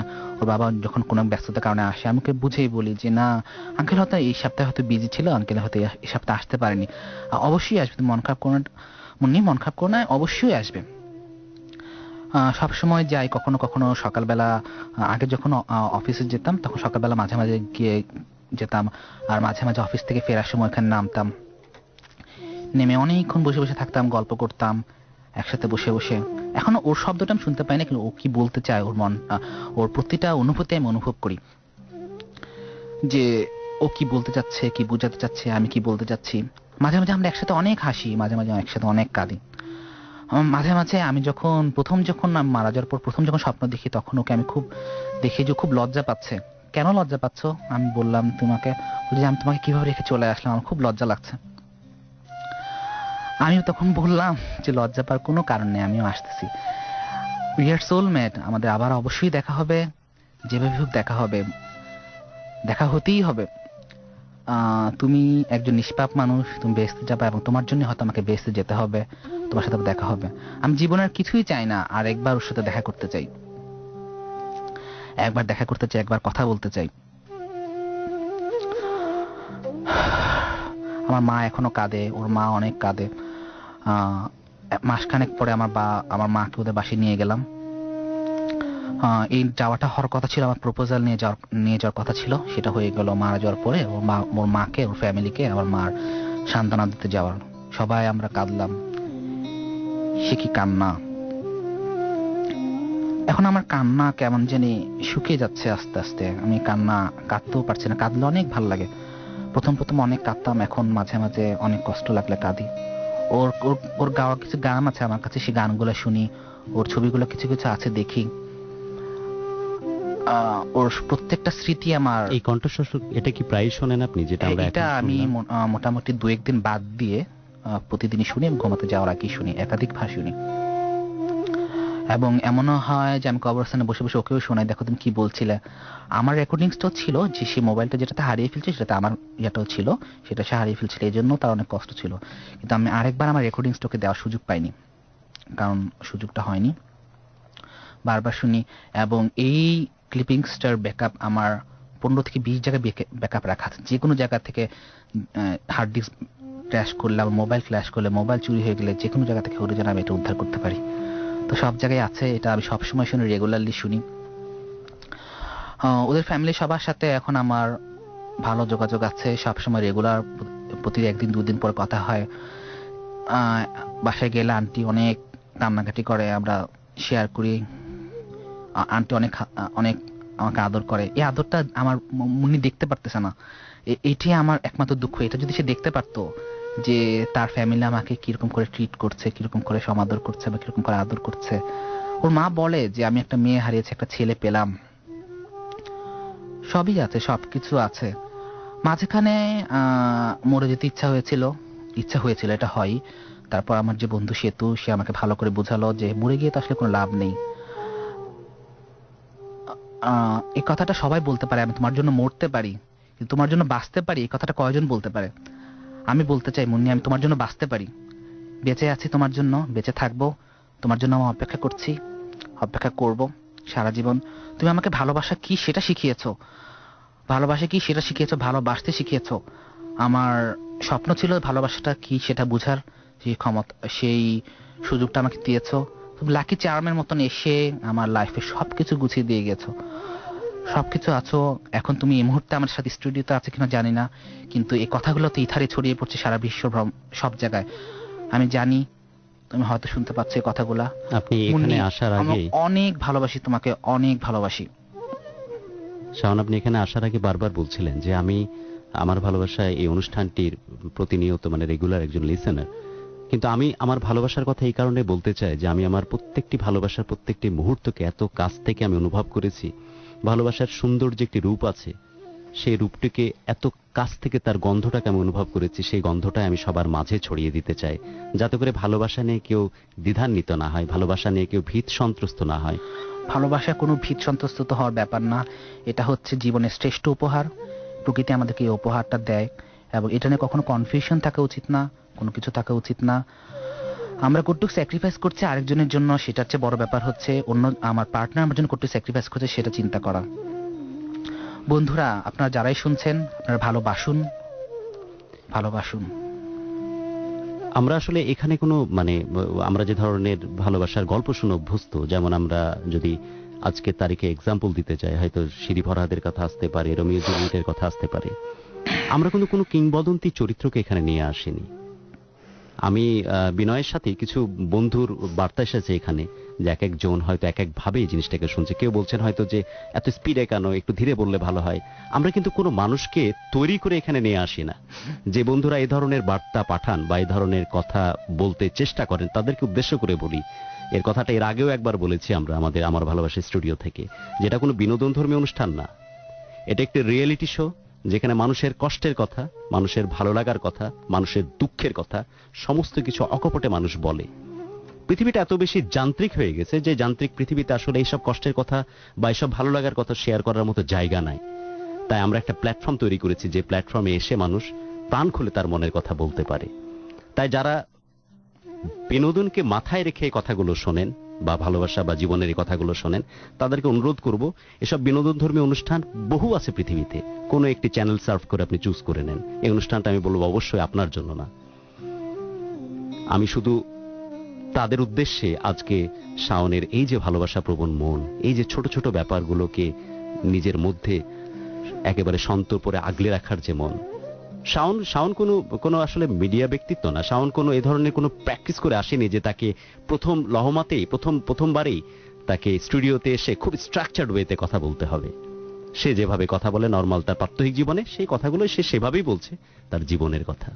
লাভগুর, আমি একটু অ্যাড করতে যাচ্ছি আপনার সাথে, যেহেতু এসএমএসটা সবার আগে আমি পড়ছি, রিয়াকশনটা আমারও হয় একই রকম। সেটা হচ্ছে যে আমরা যখন আমরা দেখি, এটা অন্য কেউ দেখতে পাচ্ছে না, আমরা একদম ফেস টু ফেস দেখছি তার অনুভূতিগুলো, তার চোখের জলটা আমরাই দেখি, আমরা এখানে যে তিনজন উপস্থিত আছি, তো আমরা যখন তার চোখের জলকে আমরা না, সেটা এটা আসলে কিন্তু অনেক ঠিক বেশি, সেই সময় আমরা মনিটরে দেখছি যে এমন কিছু এসএমএস যেটা একদম বিরক্তিকর। এই কথাটা আমি এর আগেও এখান থেকে বলার চেষ্টা করেছি যে বহু রকমের এরকম বিনোদনধর্মী অনুষ্ঠান আছে। If you just one click over there to go internet, হাজারো সাইট আছে, আপনি দেখে নেন, আপনার রসনা পূর্তির যত রকমের মাধ্যম আছে পূরণ করুন, অনেক চ্যানেল আছে, সেখানে আপনি আপনার বিনোদনের ক্ষুধা ফুলফিল করতে পারেন।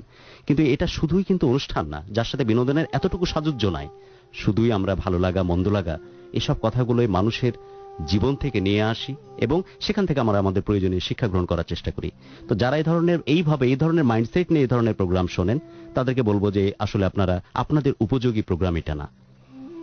তো যাই হোক, আমরা কিছু বার্তা নিয়ে নিই এই ফাঁকে, এবং বার্তাগুলো নিয়ে লাবণী লিখেছেন এনা মেডিকেল কলেজ থেকে যে আমি আপনার কষ্টটা বুঝতে পারছি, দুদিন আগে আমি এরূপ কষ্টে তিনিও ছিলেন, তিনি সমব্যথী এবং এরকম একটা ঘটনা ভিতর দিয়ে তাকেও যেতে হয়েছে।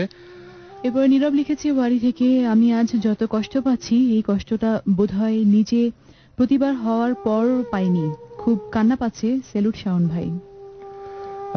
জেমস লিখেছে ধানমন্ডি থেকে যে অনেকদিন পর একটা ট্রু লাভ স্টোরি শুনলাম এবং I respect both of you guys. আর জানিয়েছেন সানজানা খিলগা থেকে যে তোমার কথা শুনে আমার কান্না আসছে, যেটা আমাদের সবারই, এবং বোঝাতে পারবো না যে আল্লাহ কেন এমন করে কিছু মানুষের সাথে। আর জানিয়েছেন সুইটি লিখেছে, শাওন ভাই আপনার জীবনের স্টার্টিংটা আমার জীবনের মতোই, আমি দোয়া করি আপনার জীবনের এন্ডিংটা খারাপ হয়েছে, বাট আমার জন্য দোয়া করবেন। তবে অনেকদিন পরে ইরাজ এবং জয় দুজনকেই বলি যে অনেকদিন পরে এত সুন্দর একটা স্ট্রাকচার্ড ঘটনা আমরা জানতে পেরেছিলাম, যেখানে সবকিছু কিন্তু অনেক সুন্দর ছিল, ছবির মতো সাজানো। হ্যাঁ, এবং সবকিছু কিন্তু যে সেই কথাটা শাওন কিন্তু নিজেও বলার চেষ্টা করেছে যে আমরা ধর্মীয় দৃষ্টিভঙ্গি থেকে আমরা আমাদের ব্যক্তিগত জীবনে যেভাবে একটা মানুষ নিজেকে তৈরি করে সেইভাবে নিজেকে তৈরি করার চেষ্টা করেছি। এবং ভালোবাসার ক্ষেত্রে যে অনেকে ভালোবাসাকে দোষ দেওয়ার চেষ্টা করে যে ভালোবাসার কারণে নাকি মানুষ মূল যে ট্র্যাক সেখান থেকে নাকি ডিস্ট্রাক্ট হয়ে যায়, সেটা কিন্তু হয়নি, বরং তারা আরো সে যেমন গুছিয়ে তাকে নিয়েছে। তার ম্যাথের দুর্বলতা আছে, ম্যাথ পড়ানোর চেষ্টা করছে, তার ইংরেজি বলাতে প্রবলেম আছে, যেহেতু মুন্নি ইংরেজিতে অনার্স করছে, সো ওর সাথে ইংরেজিতে এবং কথা বলে আরেকটা সেটা ঠিক ব্যাপার হচ্ছে করছে। যে তারা দুজনে কিন্তু খুব নিয়মিতভাবে নামাজ পড়ার অভ্যাসটা হ্যাঁ, চালু করেছে। নিয়মিতভাবে আমার নামাজ অসাধারণ পড়ছে। লেগেছে আমার কাছে এটা। এবং শুধু তাই না, যে তার প্ল্যান আছে যে পরবর্তীতে যদি বহির্বিশ্বে যেতে হয় তাকে পিএইচডি ডিগ্রি করতে, তাহলে তো তার ইংরেজি সহধর্মিণী হিসেবে তাকেও নিয়ে যেতে হবে, তাহলে তাকে টোফেল করানো বা অন্যান্য যে সাপোর্টিং কোর্সগুলো করা লাগে সেই অর্থে তাকে ভিতরে তৈরি করার চেষ্টা করছে। ভালোবাসা যে পরিশুদ্ধ করছে একটা মানুষকে, সেটাই একেবারে চাক্ষুষ আমরা আজকে। ভালোবাসা। কিন্তু এই রূপগুলো নিয়েই কিন্তু আমরা কল্পনা করি, স্বপ্ন দেখি, যে রূপগুলোর আমরা তার যদি তার তার তার জীবন থেকে মুন্নির চলে যাওয়ার আগ পর্যন্ত জীবনগুলোকে যদি দেখি, তাহলে কিন্তু আমরা এটাই একদম স্বপ্ন দেখি। একদম পারফেক্ট লাভ স্টোরি, যে লাভ স্টোরির স্বপ্ন আমরা সবসময় দেখি। গুরু, প্রথম থেকে আমি যখন শুনছিলাম এবং অনেক এসএমএস এরকম এসেছিল বিভিন্ন বন্ধুর কাছ থেকে, আমার মনে হচ্ছিল যেন আমি মুন্নির জায়গাটা আমার নিতে খুব আমার ইচ্ছা হচ্ছিল যেন মুন্নির জায়গাটা যদি আমি কখনো পেতাম। আর যখনই আমি মুন্নির চলে যাওয়াটা শুনলাম, আসলে আমার চোখের পানি আপনি দেখতে পাচ্ছেন। আর কি বলবো, খুব অবাক হচ্ছিলাম যে এরকম ঘটনাও মানুষের জীবনে ঘটতে পারে। শাওন ভাই প্রচুর কিভাবে প্রচুর কিন্তু বার্তা আসছে জয়া। হ্যাঁ, জয়ের কথা যে কথাটা বলছিলে সেটা শেষ শাওন করো। ভাই যে কিভাবে নিজেকে ঠিক রেখেছে, আমি কি বলবো, যে আমার শুনে আমি নিজে সিটে বসে আছি, আমি প্রতিনিয়ত এই ধরনের কথা শুনি, বাট আমার নিজেকে নিজের ধরে রাখতে ইভেন দেন ইরাজকে আপনাকে দেখছি কি না, শাওনের বলবো জন্য আর। আমার সবচাইতে যেটা কষ্ট বেশি হচ্ছে সেটা হচ্ছে যে কিছু মানুষ আছে নিজেকে অনেক বেশি করে এক্সপ্লোর করতে পারে, হয়তো একটা কষ্টের ঘটনার মধ্যে পড়লো, নিজেকে একদম ফ্ল্যাশ করে দিল, অনেক expressive। তাহলে কিন্তু হ্যাঁ, অনেক অনেক এক্সপ্রেসিভ ওই দুঃখটা কমে অর্থে। যায়। সেক্ষেত্রে কিন্তু ওকে নিয়ে আমার ভয় হচ্ছে যে যেভাবে গুমোট হয়ে আছে ভিতরে, এইটা কখনো ব্লাস্ট না হয় এবং সে যে নিজের গতিটাকে এখনো ঠিক রেখেছে সেই পথ থেকে সে সরে না যায়। শাওনকে নিয়ে আমার এই ভীতিটা বেশি হচ্ছে। আর প্রচুর বার্তা এসেছে যে শাওনকে যেভাবে ঘুম পাড়ানোর আগে যে টোনে কথা বলতো তার এটা মুন্নি, আরো শোনার জন্য, সেটা শোনার জন্য। জি। আমি জানি না এটা কতটুকু যৌক্তিক হবে, যেহেতু প্রচুর বন্ধুরা বার্তা পাঠাচ্ছে এটা শোনার জন্য, তো শোনার জন্য। আরেকবার আমরা হয়তো এটা শুনে নিতে পারি। ঠিক আছে বন্ধুরা, আমরা এখন আরেকবার শুনছি এবং অনেক রিকোয়েস্ট আসছে সেটা প্লে করার জন্য, এবং আরেকবার প্লে করছি সেই ট্র্যাকটা যে ঘুম পাড়ানি কথাগুলো শাওনকে বলেছিল, সেই কথাগুলো আমরা আরেকবার শুনছি। লাভ ইউ ডার্লিং, অনেক ভালোবাসি, অনেক মিস করছি, কত ভালোবাসি, অনেক ভালোবাসবো, লক্ষ্মী জানি, মাই বেবি, মাই হানি। কেমন আছো তুমি? এখন লক্ষ্মী বেবির মতো ঘুমিয়ে যাও, বাই।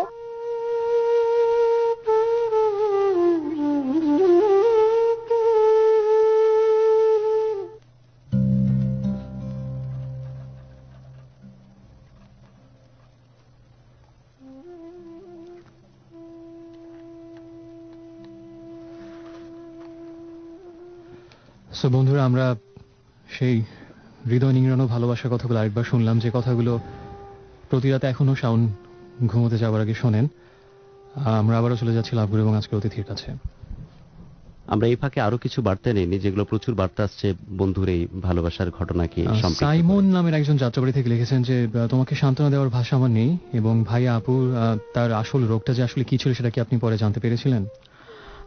না, সেটা আমি জানতে পারিনি, তবে ওর সবগুলো মেডিকেল রিপোর্ট আমি আমার কাছে সংগ্রহ করে রেখেছি। আমার জীবনের একমাত্র লক্ষ্য আছে, এটা বিদেশে হোক যেখানে হোক সারা বিশ্বের যে কোনো জায়গায় ঘেটে আমি সেটা বের করব, এবং এটা আমি বের করেই ছাড়বো। কেন আমার প্রাণের মানুষটা, কেন আমার ভালোবাসা মানুষটা এবারে হারিয়ে যেতে হলো, এটা আমি বের করেই ছাড়বো। আর পুরো ব্যাপারটাই হয়তো আমার ভাগ্যের ব্যাপার, সেটাই আমি মেনে নিয়েছি আর কি, কিন্তু আমি রোগটা বের করবো। সো এখন পর্যন্ত আমি জানতে পারিনি। রুমা লিখেছে মোহাম্মদপুর থেকে যে আমার প্রচন্ড শব্দ করে অনেক লাউডলি কাঁদতে ইচ্ছে হচ্ছে কিন্তু পারছি না, এবং তার বুকটা ফেটে যাচ্ছে। আর তারপরে লিখেছে ফয়সাল লিখেছে যে আল্লাহর কাছে একটাই প্রার্থনা করছি, যখন ভাবি উনি যেন আমাদের সাথে কথা বলেন, দেখা করেন, আখিরাতে ওনার সাথে ওনার মুন্নির অবশ্যই দেখা হবে, এই দোয়া করি। এইভাবেই হয়তো অনেকেই সম্পৃক্ততা জানাচ্ছে আপনার জীবনে ঘটে যাওয়া ঘটনাগুলোর সাথে। বন্ধুদের উদ্দেশ্যে আপনি কি বলবেন? বন্ধুরা, আপনারা সবাই ওর জন্য দোয়া করবেন। আমরা সবাই নিয়মিতভাবে দোয়া করি, আমার ফ্যামিলি, ওর ফ্যামিলি সবাই দোয়া করে। আপনারা দোয়া করবেন আমি যেন আখেরাতে হোক যেখানেই হোক আরেকবার যেন আমার দেখা হয়, আমার যে এই সোলমেটটা, আমার জীবনের যে অর্ধেক অংশটা, যে অংশটাকে আমি হারিয়ে ফেলেছি, ঠিক হারিয়ে ফেলছি না, আমার পাশেই আছে, আমি দেখতে পাচ্ছি না আর কি। তো সেটা সে যেন আরেকবার দেখতে পারি। আর আল্লাহ যেন তার এই ছোট্ট জীবনে যতটুকু অপরাধী সে করেছে, যতটুকু গুনাহ সে করেছে, এটা যেন আল্লাহ ক্ষমা করে দেন। এবং সারা জীবন যেন আমি তার জন্য দোয়া করে যেতে পারি, যতদিন বাঁচি তার জন্য দোয়া করে যেতে পারি। আর বন্ধুরা, ভালোবাসতে ভয় পাবেন না, ভালোবাসুন। ওকে বন্ধুরা, আমরা কিছু ফোন কল রিসিভ করছি এবং দেখা যাক এই মুহূর্তে আমাদের হটলাইনে কোন বন্ধু আছেন। হ্যালো। হ্যালো, হ্যাঁ বন্ধু, আপনার নামটা বলে পরিচয়টা দিয়ে কথা বলুন। জি লাভগুরু, আমি প্রিয়ম বলছি, নারায়ণগঞ্জ।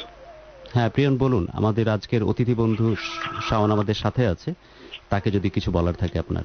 জি লাভগুরু, আমি শাওন ভাইকে একটাই বলতে চাই যে ভাইয়া, আপনি চান আপুর সাথে দেখা করতে, আপনি যেভাবে নামাজ পড়ে গেছেন, আপুর জন্য নামাজ পড়ে গেছেন, জাস্ট ওইভাবেই আল্লাহকে ডেকে যান, নিশ্চয়ই আপনি পরকালে আপুর সাথে আপনার দেখা হবে। আর ভাইয়া অনুরোধ আপনাকে, আপনি ভেঙে পড়বেন না। আসলে কেন লাভগুলো, আপনার কাছে একটা প্রশ্ন, কেন সব সত্যিকার এই ভালোবাসাগুলো কেন এমন হয়, এমন হয় কেন লাভগুলো? আমি আমার এই বন্ধু, আমার আমার আমার এই বন্ধু মানে পুরো পরিবেশটাকে কেমন আরো বেশি হয়তো এলোমেলো করে দিলেন। আমি আমি এটাতেই অবাক হই যে মুহূর্তের সম্পর্ক, যে মানুষটি ফোন দিয়েছিলেন ওনার, উনি তাকে দিব্য দৃষ্টিতে কখনো দেখেনও নি, তাকে চিনেনও না, জানেনও না, কিন্তু তার জীবনের কথা কিভাবে তার মধ্যে সমানভাবে প্রতিধ্বনিত হচ্ছে। এবং শাওন, আপনি শুনছিলেন যে তিনি যখন কথা বলছিলেন তার কথা জড়ায় আসছিল, তিনিও কাঁদছিলেন আপনার সাথে।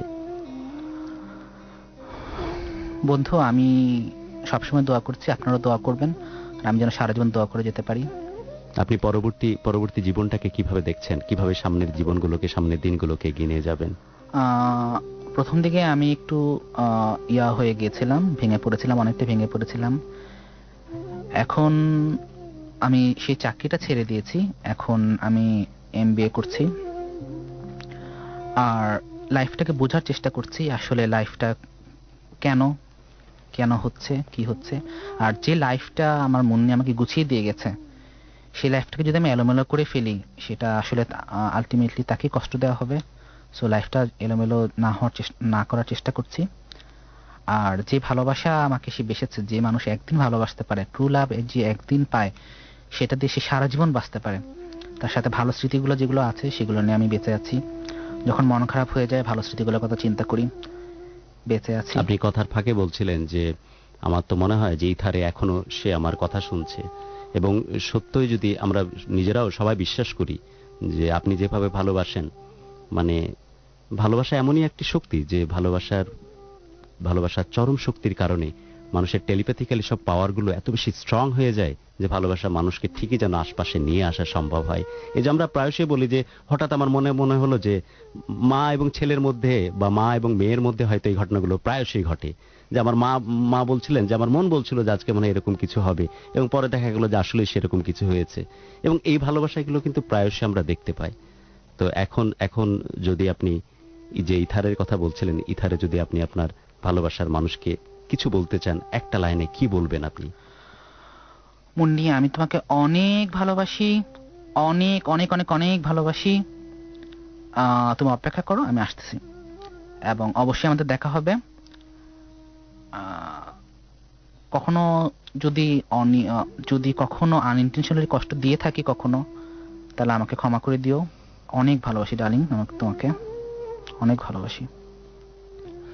বন্ধুরা, আমরা আরেকটা ফোন রিসিভ করছি, দেখা যাক কে ফোন দিচ্ছেন আমাদেরকে। হ্যালো হ্যালো, আপনার ভলিউমটা একটু কমাতে হবে বন্ধু, রেডিও। হ্যালো, আমি সাজু বলছিলাম। হ্যালো হ্যাঁ সাজু ভাই বলেন, আপনার কথা শুনতে পাচ্ছি। হ্যালো, আমি বলছিলাম আমার ওটা খুব খারাপ লাগতেছে।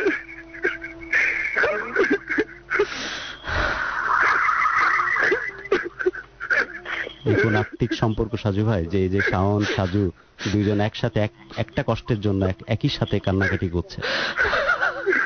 আমাদের পরস্পরের সাথে নাকি সম্পর্ক নাই, পরস্পরের মধ্যে নাকি ভালোবাসা নাই। তো এইটা কোত্থেকে আসে? ইরাজ, জয়া, আমাকে একটু বলবে যে এই যে মানুষটাকে যে সাজু ফোন দিয়েছে এখন, সে তো চিনে না তাকে। আমরা যে প্রায়শই বলি পরস্পরের প্রতি নাকি টান নাই, ভালোবাসা নাই, মহব্বত নাই, তো নাই তো এগুলো আসে কোত্থেকে?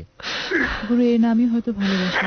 আমরা যত যান্ত্রিকই হই না কেন, যত অনুভূতিহীনই হই না কেন, সত্যিকারের হৃদয়ের ভেতরে আঘাত লাগে। ভালোবাসা থেকে পালিয়ে বাঁচবার কোনো পথ নেই।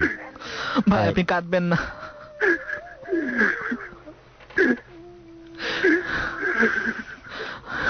ভাই আপনি কাঁদবেন না, আপনি দোয়া করলেই চলবে। আমি দোয়া করছি, আপনি দোয়া করবেন। হ্যালো জি ভাই বলেন। হ্যালো শাওন ভাইয়া, জি ভাই। আমি তো দেখা করতে যাচ্ছি, কষ্টটা খুব খারাপ লাগছে। অবশ্যই ভাই দেখা হবে, ভাই দেখা হবে। হ্যালো লাভ গুরু, হ্যাঁ সাজু, আমি আজকে কয়েক বছর ধরে আপনার শোটা শুনি, কারণ আমার জীবনে দেখছি দুর্ঘটনা ঘটছে না, সেই জন্য আমি রেডিওটা বাঁচতে নিচ্ছি আমার সঙ্গী হিসাবে। আমি আজকে 4 বছর ধরে রেডিও শুনি। সাজু আপনি কষ্ট পাবেন না, আপনি কষ্ট পাবেন না। আমরা পরস্পরকে এত বেশি করে ভালোবাসবো, পরস্পরের পাশে এত বেশি করে দাঁড়াবো, যেসব কষ্টগুলোকে আমরা একদিন হারিয়ে দিব সাজু। মানুষ বলে যে মানুষের মধ্যে নাকি টান নাই, মহব্বত নাই, ভালোবাসা নাই। তো এ কোন শক্তি বলে একজন অপরিচিত মানুষ আর একজনের কষ্ট শুনে ফোনে এভাবে হাউমাউ করে কাঁদতে পারে? আমাদের প্রতিদিন হয়তো এই ঠিক সময় আপনাদের কাছে আসতে অনেক কষ্ট হয়, অনেক আমাদের পারিবারিক, আমাদের ব্যক্তিগত লিমিটেশন থাকে, তারপরও ছুটে আসি শুধুমাত্র এই ভালো লাগা আর এই ভালোবাসার কারণে। সাজু, সাজু আপনি শান্ত হন, আপনি নিজেকে হারাবেন না, আমাদেরকেও হারতে দিবেন না। আমরা কিন্তু সবাই মিলে চেষ্টা করছি। হ্যাঁ সাজু বলেন প্লিজ। লাভ গুরু, আমি ঢাকা ফায়ার গেটে বলছি। হ্যাঁ সাজু, তো আমি সবসময় রেডিও শুনি, আমি কোন দিন শুক্রবার থেকে বৃহস্পতিবার আসবে সেই অপেক্ষা থাকি। হ্যাঁ সাজু, আমি একটা দিন মিস করি না। সাজু আমরাও মিস করব না। আপনাকে আমি আজকে বলে রাখি, আমার জীবনের সবচাইতে বড়, আপনাকে শুধু বলে রাখি ঘটনাটা, আমি অনেক সময় হয়তো এয়ারে এটা বলতে পছন্দ করি না, এখন শুধু এতটুকু বলে রাখছি, এরই মধ্যে আমি আমার জীবনের সবচাইতে বড় অবলম্বনকে হারিয়েছি, তাও ফিরে আসতে আমি দ্বিধান্বিত হইনি। পরের সপ্তাহে ফিরে এসেছি শুধু আপনাদের জন্য, আপনাদের এই কষ্টগুলোকে ভাগাভাগি করে নেওয়ার জন্য। কিন্তু সাজু কথা দেন, জীবন থেকে কিন্তু নিজেকে হারতে দেয়া যাবে না। অনেক বড় কষ্ট নিয়ে এই যে আমার সামনে যে ছেলেটি বসা, সে কিন্তু একজন he is a golden boy, he is a golden boy. সে একাধারে নেভাল আর্কিটেক্ট থেকে তার গ্র্যাজুয়েশন কমপ্লিট করেছে, এখন সে MBA করছে, এবং সব মিলিয়ে একজন জুয়েল ছেলে বলতে আমরা যা বুঝি। কিন্তু সে এত বড় কষ্ট পাওয়ার পরে বন্ধু, ও কিন্তু চেষ্টা করছে যে সেই মানুষটির জন্য, সেই ভালোবাসার মানুষটির জন্য ঘুরে দাঁড়াতে। আপনি কিন্তু হারবেন না। আমার জীবনে এই ঘটনা ঘটেনি, আমি সহ্য করতে পারতেছি না। আমি লোকটা কি হবে সহ্য করতেছে। ভাই সহ্য করে যাচ্ছি ভাই, মরে তো যেতে পারছি না। আপনি নিজেকে কোনোভাবেই হারতে দিবেন না, এবং যে ভালোবাসার মানুষটির কথা আপনি বলছেন, সেই ভালোবাসার মানুষটির দিকে তাকিয়ে হলেও আপনাকে ঘুরে দাঁড়াতে হবে, অনেক দূর পর্যন্ত যেতে হবে, জীবনে অনেক বড় করে বাঁচতে হবে। আমাদেরকে তারা কিন্তু কোনো না কোনো জায়গা থেকে দেখছে, এবং দেখে আশান্বিত হচ্ছে যে আমার সবচেয়ে ভালোবাসার মানুষটি হয়তো ভালো আছে এই পৃথিবীতে। সাজু আপনি শান্ত হন, আপনি যতক্ষণ শান্ত না হচ্ছেন আমি কিন্তু ফোন রাখতে পারছি না। আমি তো শাওনের ফোন নাম্বারটা চাইলাম। হ্যাঁ আমরা শাওনের ফোন নাম্বারটা আপনাকে দিয়ে দেবো, আপনার ফোন নাম্বারটা আমাদের কাছে আছে। হ্যাঁ এই নাম্বারে আমরা জাস্ট কল ব্যাক করে আপনাকে শাওনের ফোন নাম্বারটা দিয়ে দেবো, কিন্তু আপনাকে কথা দিতে হবে সাজু। অনেকদিন আসছে কিন্তু আমার সাহসে কুলায় না। এটা সাহসের কিছু না, এই একটা জায়গা যেখানে কথা বলার জন্য কোনো সাহসের প্রয়োজন নেই। কিন্তু আমি সবাইকে শেয়ার করতে চাই না, আমার জীবনে অনেক কষ্ট, একটা জীবন কাটাচ্ছি।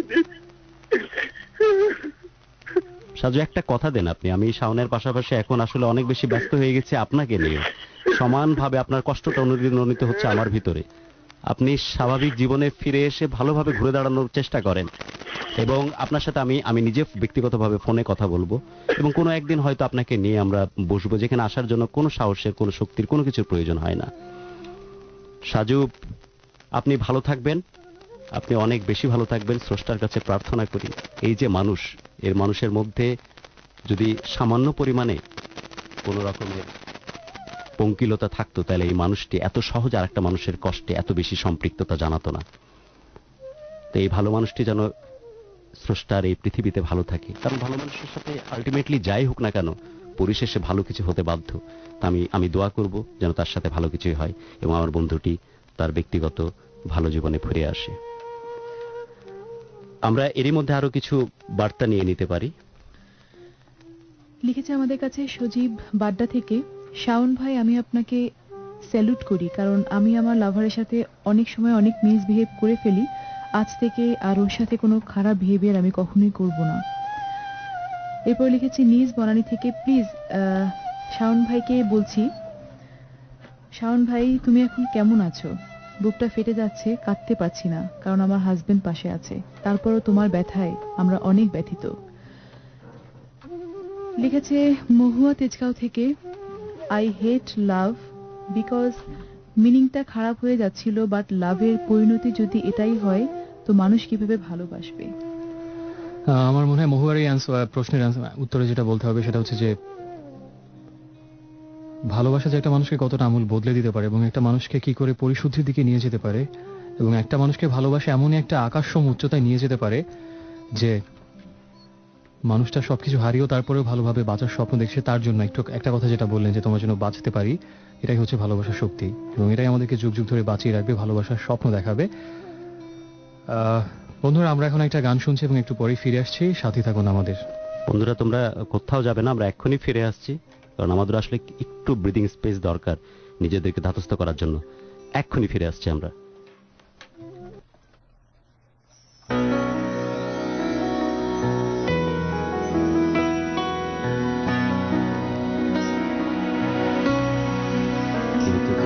আমরা কিন্তু এখানে একটা নতুন একটা শিক্ষণীয় জিনিস কিন্তু দেখেছি।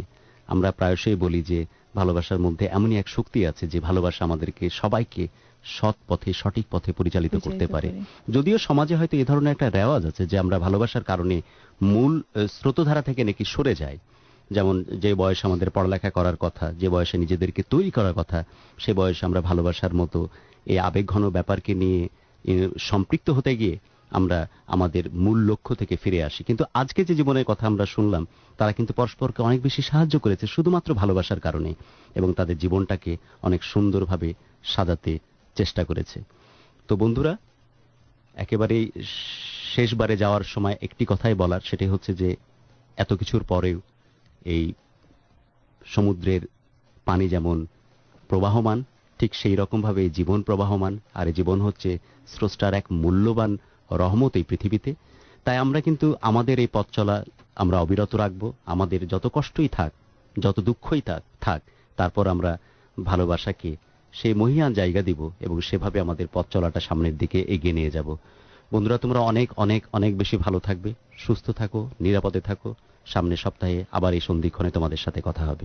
লাভগুরু, আমার চলে যাবার আগে একটা কথা শেয়ার করার ছিল, সেটা আমি প্রথমে ভেবেছিলাম যেটা আমি শেয়ার করবো না বা বলবো না, কিন্তু আজ মানে ইমোশনালি হয়ে গেলে মানুষ অনেক কিছুই প্ল্যান্ড থাকে না, আনপ্ল্যান্ড অনেক কিছু হয়ে যায়। সো আমি এটা না বলে পারছি না। সেটা হচ্ছে যে শাওন কিন্তু আমার সাথেই পড়ে, উই আর ক্লাসমেটস, এবং এই ছেলেটাকে আমি প্রতিদিনই ক্লাসে দেখি। এবং আপনি তোমরা তাহলে এমবিএ করছো একসাথে? একই সাথে, he is my friend and classmate. তো ইরাজ, আরেকটা মজার একটু কথা ছোট্ট করে বলি, সেটা হচ্ছে যে গুরু মুন্নিচের সাবজেক্টে পড়তেন অ্যাকচুয়ালি ইংরেজি, ওটা হচ্ছে আমার সাবজেক্ট।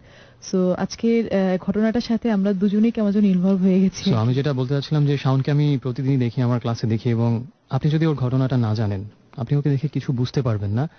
একটা মানুষ হাসছে, মজা করছে আমাদের সাথে, এবং ভিতরের সবটুকু কষ্টকে চাপা দিয়ে, এবং আমার মনে হয় একটাই কারণ ও কখনো ভাবে না যে সেই মানুষটা ওর সাথে নেই।